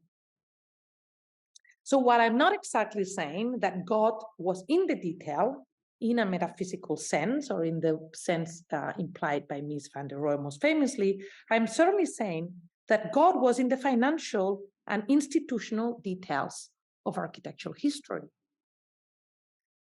So in the book, I have a lot more to say about the bureaucratization of the Franquista administration and the various ways in which it was religiously informed, how the government shifted in the 40s and 50s. Through the late 40s and 1950s, men like lawyer Laureano López-Rodó and historian Florentino Pérez-Envid entered the government to not only promote the rationalization of the administration, the kind of changes that led to the buildings and patterns and architects that I am merely flashing in your screens here. These men also, and most uniquely, wove modernization with the Christian imperial mission of Hispanidad. Pérez-Envid, for instance, who was the General Secretary of Media, Censorship and Propaganda, he was also a historian, he described a new politics of spirit as follows, and I quote him: "Technical advances of material life must be put to the service of what has proven a permanent skill in our attitude through history. The old opposition between Spain and Europe is today solved in a fortunate synthesis: Hispanization in the ends, Europeanization in the means." So here, Hispanidad, for Pérez-Envid and others working with him, Hispanidad drew from political theories Ramiro de Maeztu, one of these post-89 ideologues who had conjured imperialism as a project, and I quote him, that far from being in ruins and dust is an edifice halfway up. So this is part of the post-98 ideology of Hispanidad, to recover, to reinvent, and to keep alive the project of imperialism. Pérez-Envid is recalling this idea, but his closing formula gave Hispanidad a rather sophisticated turn in that allowed for the instrumental rationalization of the means, modernization, Europeanization, right? in service of the ends, Hispanidad. So this unique synthesis of modernization and evangelization, modernization and Hispanidad, of Catholic and scientific epistemologies, was very much at the crux of the organization to which Pérez Enviz, López Rodó, and many others of these technicians of the time belonged. Opus Dei. This is the clandestine religious organization founded in Madrid in the 1930s that would become and is today a global religious broker, but was first crucial to Franquismo. In the book, I spent quite a bit of time with the formation of Opus Dei, and would be glad to talk more about how they were implicated in the modernization of architecture together with the modernization of the regime. But today, I promise you an argument on imperial abstraction through Sota's government building, right? A building that I argue also captured the synthesis of Hispanización and, in the end, Europeanization in the means. And I want to argue it in ways that go beyond that religious financial detail that I mentioned, and that actually speaks to the formal typological implications of the building. And to that, we must turn to another building buried in the rural outskirts of Madrid and the bureaucratic center of empire. This is El Escorial, the monastery palace that Philip II built as headquarters of the Habsburg expansion in the 16th century. The scholars of fascism have taught us how crucial the Renaissance was to the invention of Italian fascism in its appeal to the masses and to historical myth-making. But in Spain, much more was at stake than the choice of a classical language in disdain of modernism.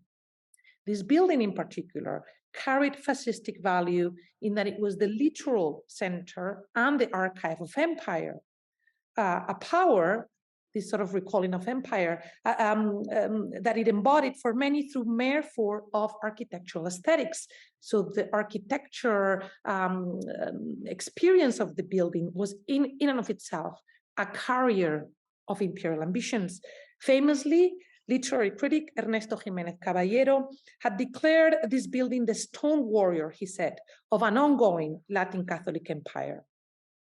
The building that could project fascism into the future on the basis of a bygone empire. To him, this kind of rural architecture, one might argue, offered both a material infrastructure and the ontological source for the fascist state. To structure, to build, to order, he wrote, are the verbs of the state, architectonic verbs. Every resurrection of the state means a resurrection of architecture. And by resurrection of the state, here, of course, he means the nascence of the fascist state. So these ideas quickly capture architects and officials. Once Franco came to power in 1939, the Ministry of the Interior charged architects, and I quote, with the enormous task of providing for imperial hopes, end of quote. Many followed suit with militant calls to learn from El Escorial, which most literal response was the Air Force Ministry in your screen by architect Luis Gutiérrez Soto. Sota's eventual civic design could not at first seem more different. Yet our architect, Sota, was keenly aware of this collective reimagination of El Escorial. In 1945, he visited the monument in a learning expedition where he brought along his brother, Jesus, who you see on the screen, and was an artist, and their modernist gaze. In the photographs that they kept of the trip, the Sotas appear delighted, but also at pains to look at the building in certain ways. So what we see here in their sketches and their photographs of the building is El Escorial through their camera lens, or more specifically, through their contorted bodies as they look for that angle or that light exposure that could reimagine El Escorial. They're trying to break the horizontal hierarchy, shed the ornament, give the building dynamism, capture it in a new abstract manner. So similar efforts inform the sketches of the art ministry by Sota. Note the airplane descending diagonally towards the model on the right in a claim to modernize the type. Sota wrote, and I quote, by stripping off the historicist costume. The technique that would eventually allow Sota for this kind of a stripping off was neither photography or drawing, but the curtain wall. Following the reception of the UN in the early 50s, architects in Spain had begun to experiment with this technology for the purpose of designing the regime's civic infrastructure.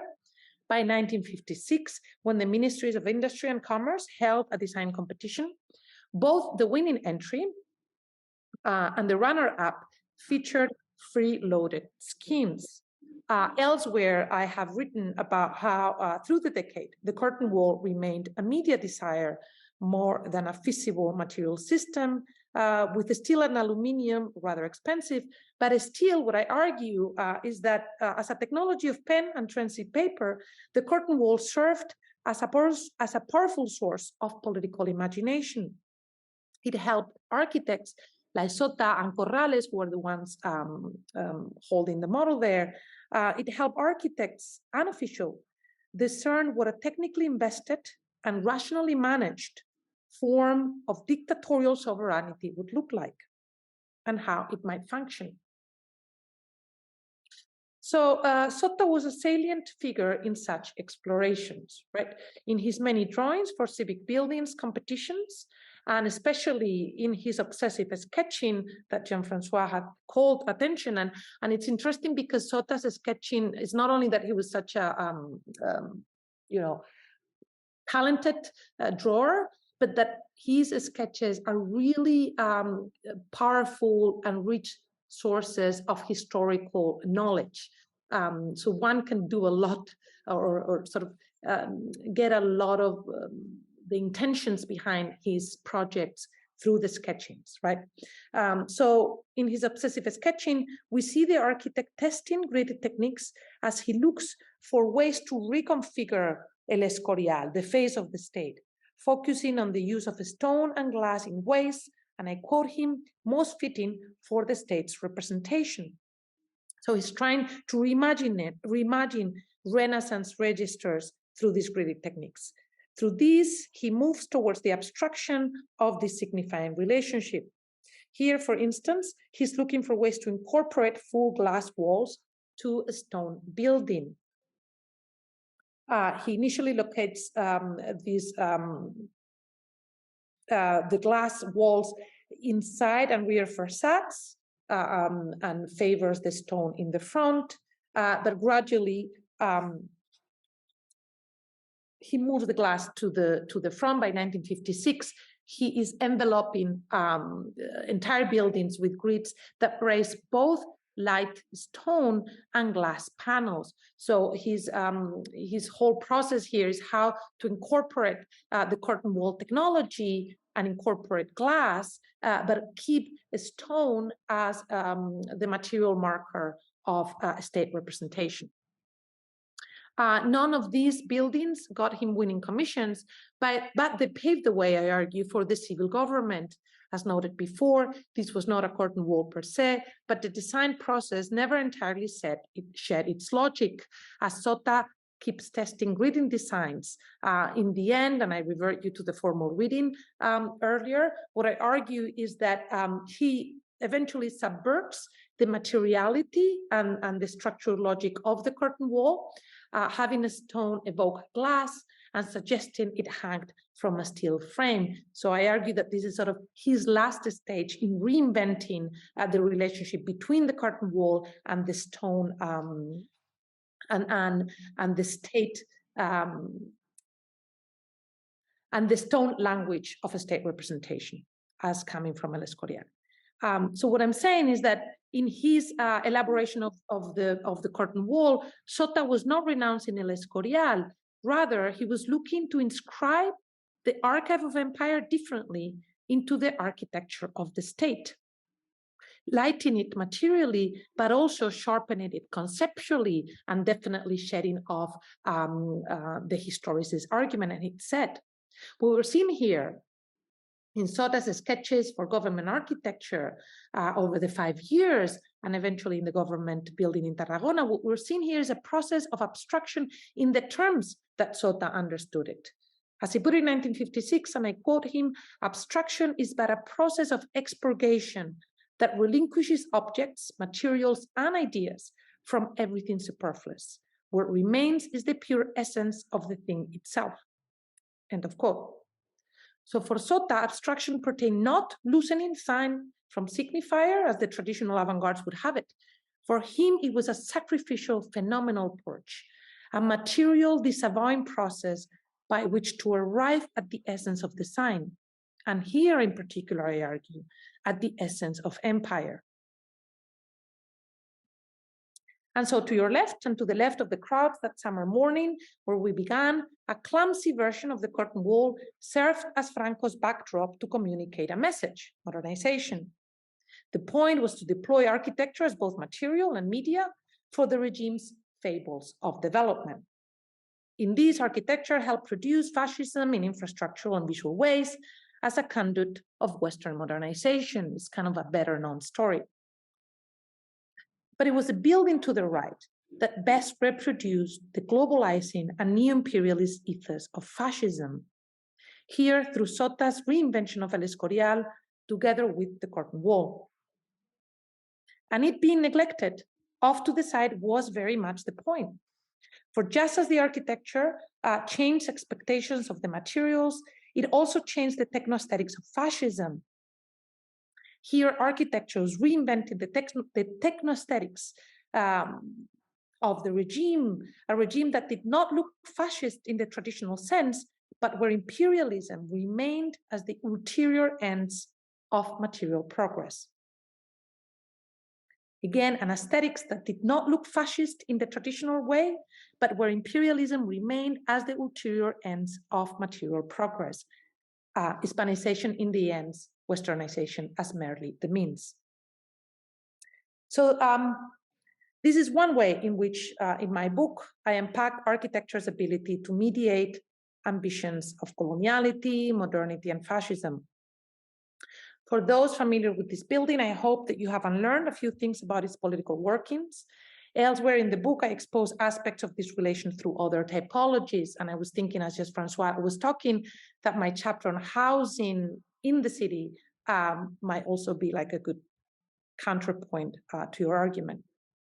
But today, as I hope that my argument and my methodology have suggested, this architecture operated politically in rather sophisticated ways, as it sat at the intersection of what Walter Benjamin famously noted as fascism's distinct ability to activate technology as aesthetics, war as affect, politics as emotion, technology as emotion. And this was the intersection, I argue, where Hispanidad and the morning of empire came to work during Franquismo also architecturally. And that's all I have. Thank you. Thank you.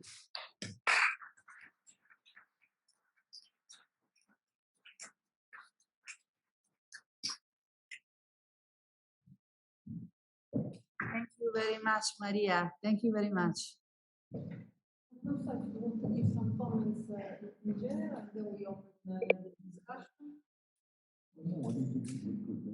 Yeah. Okay, we are waiting for the light to appear. Thank you, first of all, to our colleagues also at home. Of course, Maria. I see also Marta Cohen connected, Andrea Bruschi, Aliana Cangelli, also Jeffrey was here. Yeah, Jeffrey okay. was there. Yeah. Thank you for the patient interaction. So I think was pedagogically very much interesting because first of all, we have to historian, I could say as a professional, even though Jean-François is an academic profile that covers a more expanded field, but Maria belongs to a, for what I understand, of course, I don't know her in person, I don't have the pleasure, but for what I can understand from the web, that to a generation of historians which has a very precise, I would say, like every generation of scholars have background and also different kind of focus. So I thought that also was very interesting to see how two persons that of course has different origin in terms of generation, background, academic background, but also approach a similar part of the same stories, but in a completely different way. This gives a sense of also how the generation focused on different aspects of the same stories. So I think that for PhD students, it was very interesting. Although somehow the tools, the way documents are managed to give, more emphasis to different aspects also is part of your personality as a scholar. So from this point of view, I think this exercise of comparison around was very, very important. In front of us, we have people of different nationalities. Of course, we have Italians, but now in our PhD, and also Italian of different cities, because we have people from Milan, from Naples, and also, I mean, not as geographic origin, but as a university attendance, let's say. But then we have people from Iran, from North Africa, from Russia, and I don't know, Lebanon. So, sorry if I missed someone. So it's there is a variety of, and South America also, of course. I would leave the floor to students if you have some questions, and of course also to people home. We hope there is some question, even not related directly to the topic of the talks, but in general the methodology of research. Yes, please. Come here, and so that Professor Pendás can see you. Here. Tell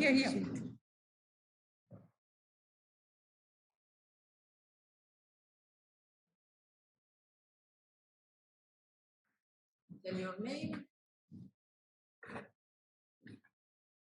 Hello, my name is Rita. I come from Lebanon, and do you hear me? Yeah. Okay. So in my PhD studies, I will be studying a city in Saudi Arabia, and particularly a rural city that is located in the northwest of the country. Yeah. So the objective of this research would be to understand and study the ancient city that was built in the starting the 12th century until the 1980s. But what's very interesting in the city is that, and in this context, is that the people living in Saudi Arabia, their culture, they're very introverted. And there is a massive project now that is being studied in this area, is to build a new city, right next to the old city. Yes, but what they're trying to do is to follow a bit the logic that you were talking about earlier, is to create a piazza and put all the functions all around, and also the houses, create a system. But do you think that this could work in such a context? Because the way of living and the culture of this context is, they're very introverted. I mean, what is your opinion about this? What could we do in such a context? Should we respect, or should we try to modify their way of living and implement these idealistic cities in this context? That's an interesting context. Of course, personally, I don't know Saudi Arabia very well, so I have only seen through some of my former students' research. Yes, if I'm not mistaken, the concept of the sort of the concept of the square is not intrinsic to the culture, to let's say the desert culture, perhaps in general. I mean, they tend to be squares, but they tend to be kind of market in between the country, in between the desert and the town. They are always important public spaces that, for example, in Morocco, they're very, very famous. They're famous in Marrakesh, and so they are sort of the place where the travelers from the exterior eventually arrive, and they are usually in contact with the local context in that sort of large market square, which is both country and city, I think, from what I know about it. So the idea of the plaza, in the Spanish, obviously the Spanish citizens are not that introverted. They're very extroverted, and so in all the travel that I have done through those villages, many of the travel directly, arriving by car and finding these places, and eventually trying to get there at a time where I can see some life. There are people, those plazas work, particularly during the weekend when people kind of gather. Whether the model is transferable, I'm not sure. If it is. I mean, I have not seen real examples of traditional squares, let's say, central to the, in what I know about those parts of the world. So I would say maybe what would happen is, I think it's more smaller public spaces that are in more clearly in direct connection with the habitat, with the housing fabric, and then the square tends to be a place of exchange between exterior and interior. That's what I think I have understood of many of those North African or Middle Eastern areas. So I would say yes, it's a good question to ask whether it will be used or not. Maybe not. They're trying to implement this actually, but there's a big dilemma now between whether it should be implemented or not. Or not implemented. Yeah. Can I add something? This is a very interesting question, and it makes me think of, I just want to be talking to Jean-François about his book like for hours, but it's making me something about what, among the many things we learn from this book, and this might help you think about this, as historians, what we put is kind of like the perspective of time into some of these questions, and what do we learn from that? And I think that what Jean-François is showing in his book is that a lot of these debates, which at the time seem like debates about, okay, what kind of a style would make the dwellers comfortable? How does the urban worker fit into the space? Those kind of like historical debates that were focusing on adapting to those workers were only a starting point to a much larger debate on the whole redistribution of the countryside, the whole reorganization of the Spanish society, and the development of modernist and modernizing tools to change the fabric of the country entirely, right? So that's what historical perspective allows us to think, to see that the whole debate about vernacular architecture or no vernacular, this was kind of what looked for contemporaries, but it's not the whole picture of the ideological and material intervention that was in place. So I would encourage you to think about how those debates of whether it fits or doesn't fit, what kind of larger interventions are being deployed or mobilized at the time, right? Can you take that kind of like can you be the historian 50 years from now and think about, you can't, of course, because that's not who we are, but can you apply the historical consciousness to these debates and understand that those oftentimes are kind of like propaganda or even ideological rhetorics to ease into certain projects, social projects into these territories. So that would be my my lesson from Jean-François's book to your question. No, and what Maria makes reference to, of course, is the fact that there was a sort of an anti-city, a strong anti-urban movement in Spain in the early years of Franquism, where the city was seen as a place of problem, danger, political risk,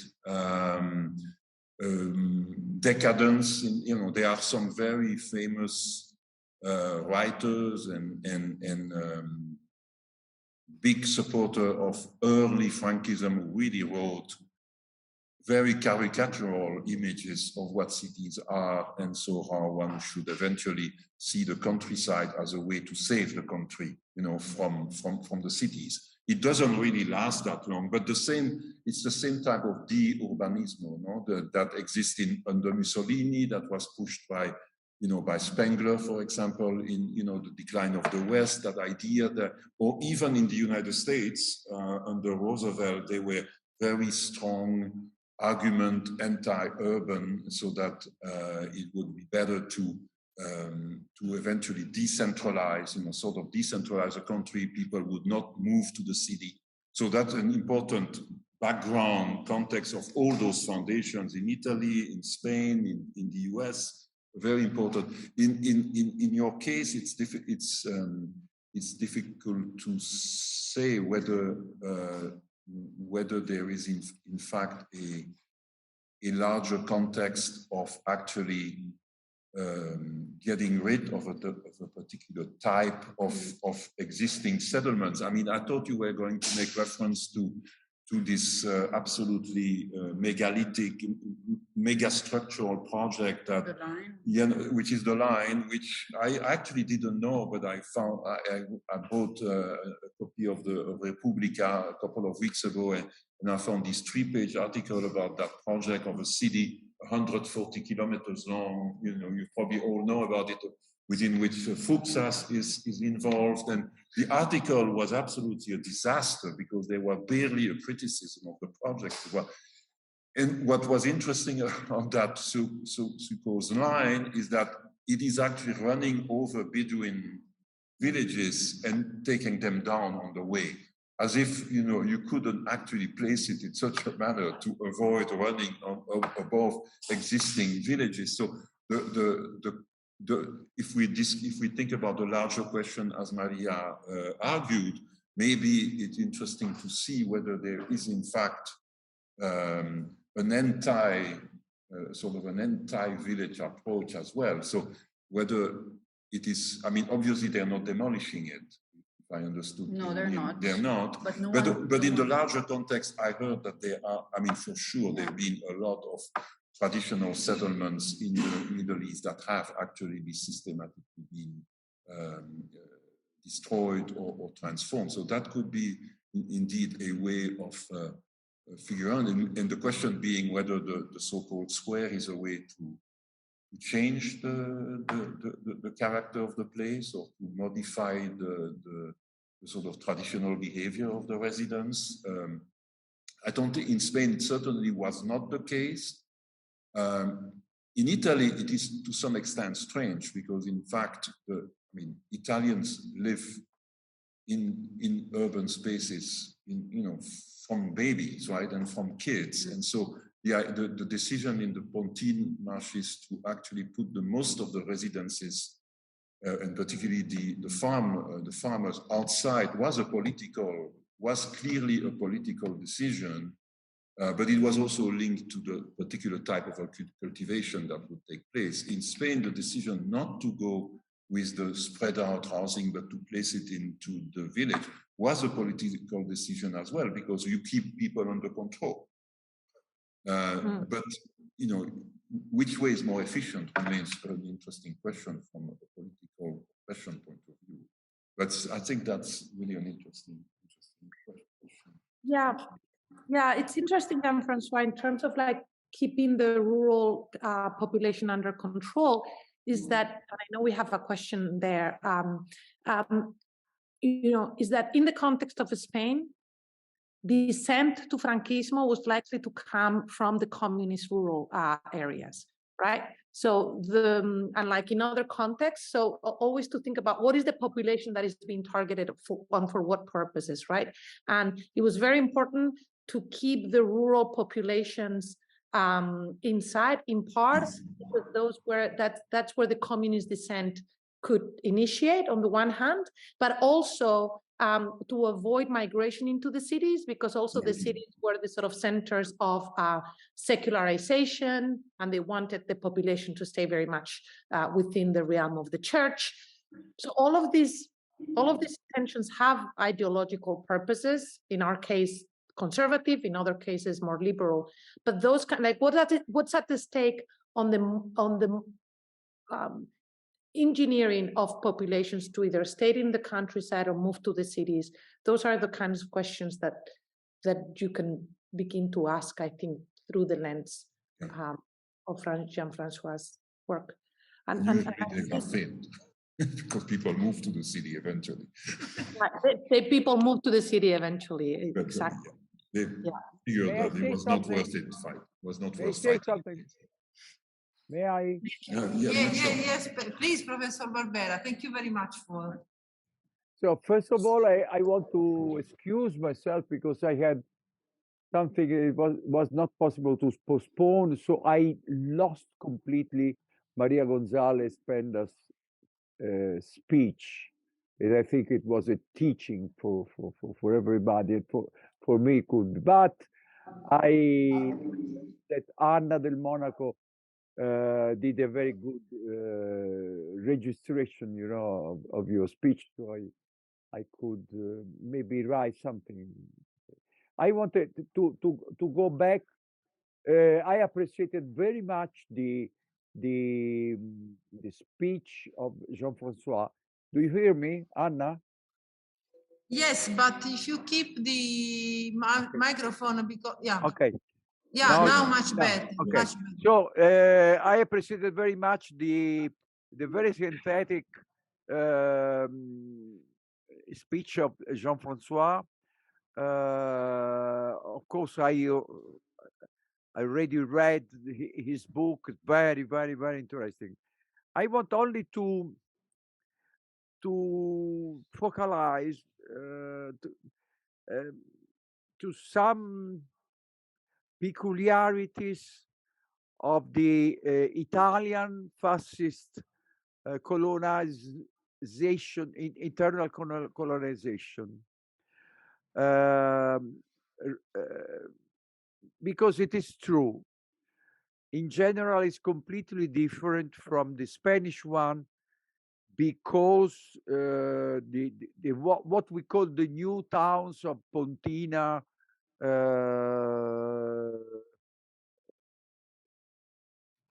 project, in effect, they were not real cities, but they were not real complete cities, but only centers of services. And the peasants, the little, let's say, agricultural owners, new owners, were living in the countryside in houses or in two families' houses and so on, distributed following a rational grid in the countryside. But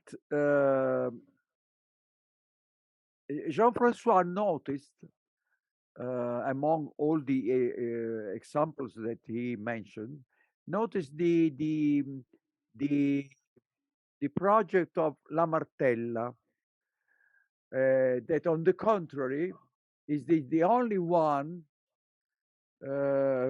project, agricultural project, a new agricultural project that is similar to the Spanish ones. Mm-hmm.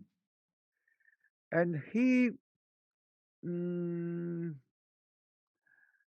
thinks that this depends on the fact that when La Martella was designed and built and realized, it was not anymore the fascist age, but it was the democratic age, just started since, I don't know, 5 years. Somehow it can be like that, somehow. But we must take into account that Italy is a very long country in which differences between north, center, and south are very great. In the north of Italy, peasants, agricultural families, they used to live out of towns, on the country, on the in the center of agricultural properties. Just an example, the hundreds of Palladian villas that all we know in the Venetian area, they were agricultural farms distributed in the countryside. Each villa, it was before they were Palladian villas, they were courtyards, agricultural courtyards. And you'll find this kind of courtyards all along the Po Valley from Piedmont to the Adriatic Sea, because the agricultural, the relation between the agricultural workers and the soil is that they live in the country. The towns are places to which the agricultural families go once in a week, once in a month for special events or for special services. And of course, from the economical and from the social point of view, this model, this northern model that continues also in Tuscany, it was considered more evoluted, more efficient, a sort of modern model to be replicated in the land reclamation big projects all around Italy. But we must take also into consideration the fact that the very important reclamation projects like Pontina, like other projects in near Venice, around Venice, in the northeast of the country,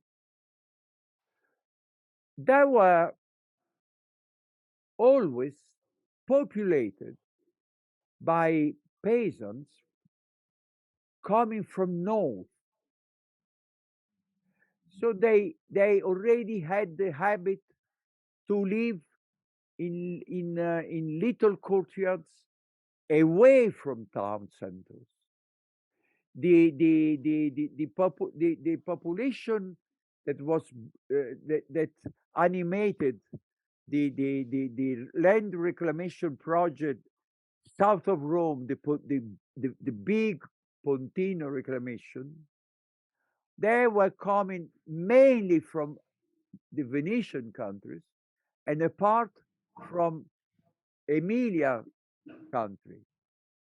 So it was very easy both for the planners, agricultural planners, and for the families to accommodate in a situation in which the living was not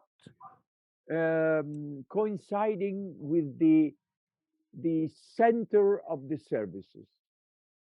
On the contrary, in La Martella is the only important project of social reclamation, not land reclamation, social reclamation of a rural community in that part of town of Italy.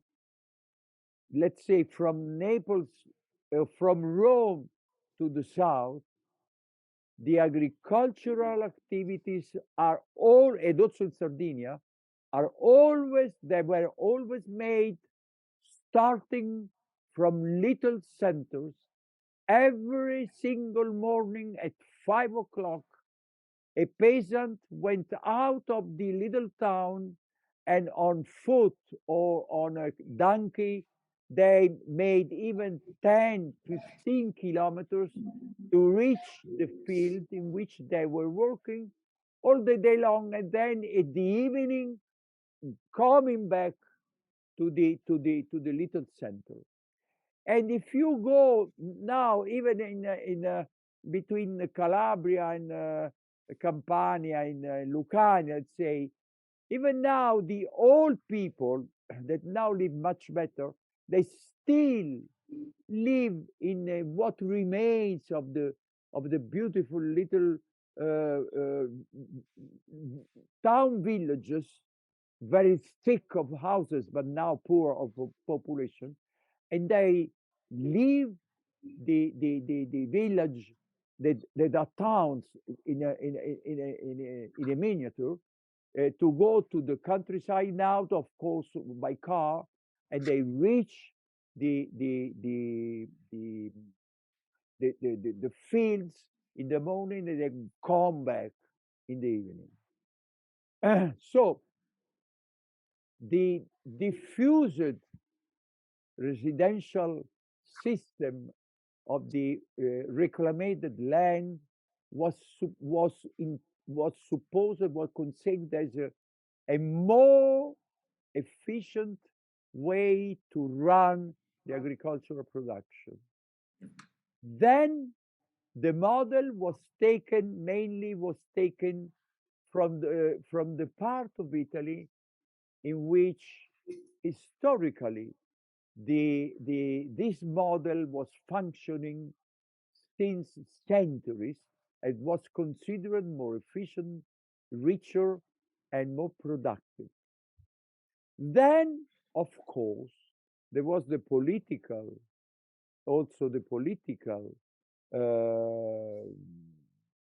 goal. We must take into consideration that Mussolini was from Emilia. Emilia is one of those of those regions in which agriculture was very efficient and very rich and disseminated from the residential point of view. But he, as Jean-François said about Franco, hated the towns, hated the city, because the city was a place in which the agricultural people changed their life, becoming workers, very dangerous. So in Italy, in parallel with the big projects of land reclamation, there were, let's say, at least two series of laws, national laws, that forbade to the agricultural people not even to immigrate to towns, but in the 1939, was forbidden to change their agricultural status. They could not change work. Also because, not only because it was dangerous to make a worker out of an agricultural peasant, but also because Mussolini was convinced, statistically convinced, that only the peasants at that time used to make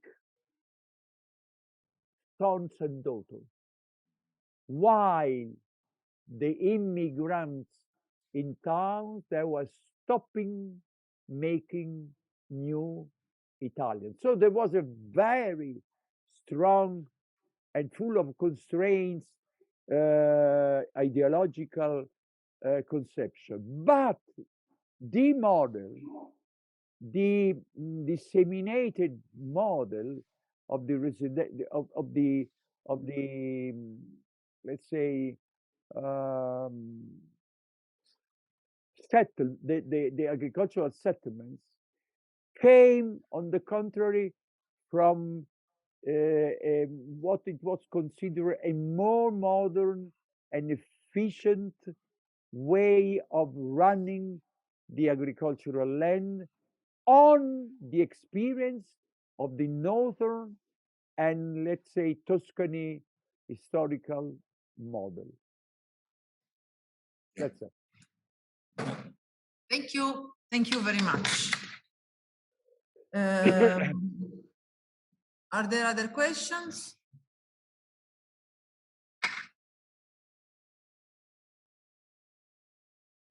No. So. No, I just wanted to make a.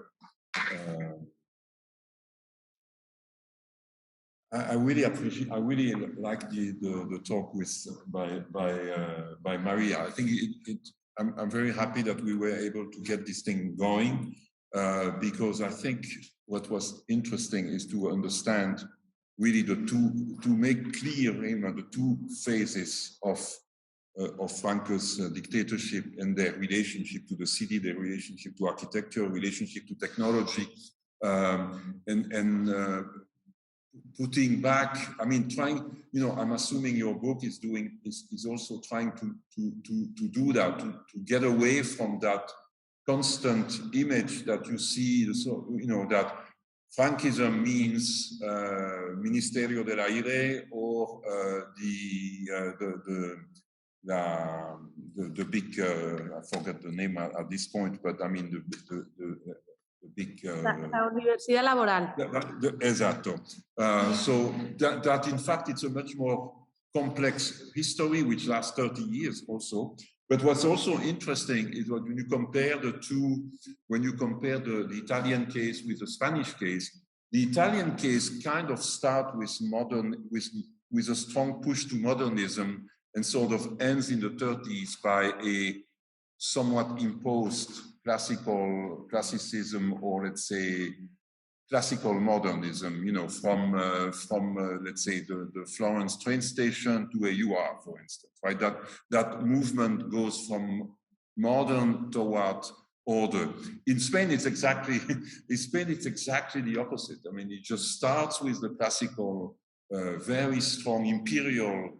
In that sense, imperial, even though that Mussolini as well has that idea of the empire, so it's very clear, but even more literal in the case of Spain, toward modernism and hyper-technological acceptance, as well as literally in the new neighborhoods built in the 50s, 60s to absorb all that new population coming from the countryside, a complete absence of the concept of public space. It's always surprised me, because if the idea of the plaza is a way to kind of reinforce the sort of idea of Frankism, the church, the state, and make that if that's really correct, why was not it followed in the city?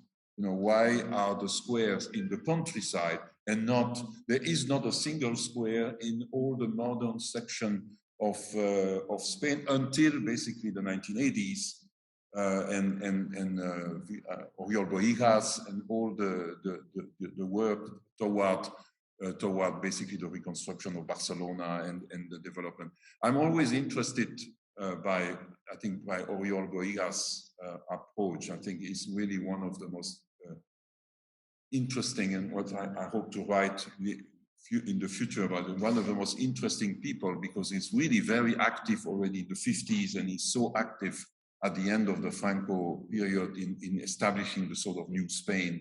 And one of the most interesting, he wrote a lot of essays, of course, and he was very influenced by vernacular culture as well, considering perhaps like in the neorealism in Italy, that eventually there was enough manpower in Spain that you didn't need as much technological approach, because in fact, the country had an economy that was somewhat backwards, and so one could actually continue to build without having to go through technology.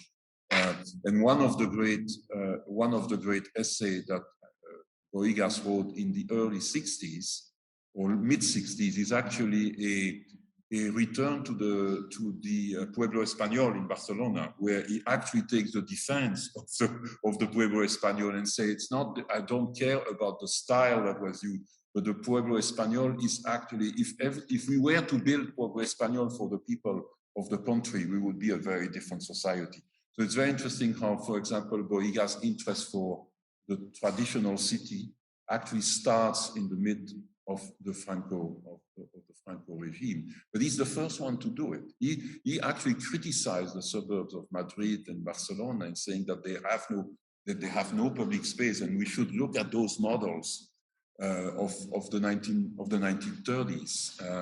So I think the parallel between Spain and Italy is very, very interesting, and I'm also very happy, Maria, because is that there's so few discussion about all that period of Spain overall. I mean, yes, there is in Spain, and a little bit in England, but in the US, where I'm not saying we're the only one, but we're quasi the only one who are interested into that very long period, which is also which is not interrupted after 1975. I mean, the same way that the architectural environment doesn't change dramatically after 1945 in Italy. The same architects continue to build. There are some modification of the approach, but they are still very much in control. The same situation takes place in Spain as well. After 1975, you have those people, those architects continuing to work. So there's a lot of connection between the 1970s, 80s, and what was started, during the Franco period. So there is really appreciate. I hope one way we can push this thing together in some sort of publication, maybe. Yeah, I'm sure there would be. Yeah, I totally agree, Jean-François, and I think it's wonderful that you were able to put this together. Perhaps again, beginning a conversation that we could have in person, bringing in more of the. In springtime. We'll do it, because you're probably also aware of the work that is being done in Germany. I mean, by the group from Harald Bodeschatz and Maxwell Sperra, and the new volume on Spain that was just published in Berlin, which is a volume of 550 pages on Franco urbanism from 1939 to 1959. It doesn't even address the 60s, which would, for example, open the tourism field, right? Yeah. The sort of colonization of the coast. So we could try to get some of those. There's also Piero Sassi. Piero Sassi is Italian. He's a wonderful. He just finished his PhD in Weimar. I actually had tried to have him here as well, but he couldn't join us. But I think we can try to enlarge that group. Yeah, but again, bottom line, I think is what you were saying, also perhaps to speak to others who are not working on Spain, but they're sort of dealing with existing scholarship as they're trying to write new histories, and to sort of really go against the grain of scholarship, or at least question where this scholarship was written. No? And in Spain, there was a particular scholarly argument that was pushed in the 70s as part of the was democracy. And it just has kept the inertia of it, and there's work to be done to go against those narratives. No, so how do you work with existing scholarship, but also complicate the history and the receptions of this story? I think that this is probably, a challenge that everyone in the room is having as they're working with different contexts around the world, I would imagine, no? There's a particular, especially in context of fascism, and you see publications like the one you mentioned that just doesn't question periodization, for instance, you know, and 1945 doesn't work the same way everywhere in the world. 1959, it's kind of like this marker in fascism that just doesn't help us see other processes. And I think that's something very interesting in your talk that you do so well, Jean-François, is calling attention to the modernization that underpins the history of fascism, whether it's in reference to classicist, vernacular, or steel and glass languages, right? Modernization as a material, bureaucratic, technological process sort of sustains fascistic projects throughout all of these stylistic changes. And that to me, I don't know, it was quite a point to make, together with this rhetoric of empire. You know, you can't be neo-imperialist and modernizing at the same time. And these fascist regimes were very much that, and they redeployed different languages. But also call attention to the longer history of fascism. No, fascism didn't end in 1949. It didn't end in 1959 in Spain or elsewhere, no? And there's a new scholarship on global fascisms and the long history of fascism throughout the 20th century that I think that this conversation also sits very, you know, important. Including Latin America, obviously. Yeah, yeah. You can see Marta here in front of me. Yes, so. now Marta is back. Thank you for joining, Marta. Do you want to add something, Marta? Let me unmute. Hello, it was very interesting to hear both your talks.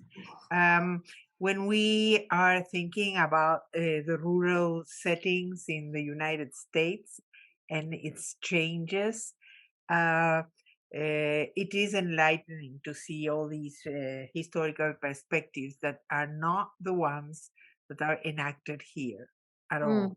Right? So we are working in small towns, and their renewed energy as locus for artists and web-based businesses and workers. And at the same time, we are also looking into the reconfiguration of agricultural installations like the fairgrounds that have lost a lot of their meaning before, as all the cattle fairs are done online, and there is a trove of those. We have already worked with 3 of them in their reconfiguration as a beacon for the rural world that doesn't want to lose them, but wants to have them as paradigms of sustainability and cultural exchange within the countryside. So we are working on that, but it's great to listen to you all. Just a little note, because I think it's interesting for eventually other researchers. Professor Barbera was writing in the chat, for the people home, you can read that the Spanish company town are more similar to the one that in Italy are very well known as the industrial town, called also in the literature company town, which are more similar to the idea of Adriano Olivetti tradition. So it's more shifted on the logic of production. So agriculture meant, and this Viscosa and the other one were also part of the fascist period, because they were open during the war, because they need to produce viscosa, this material. Also that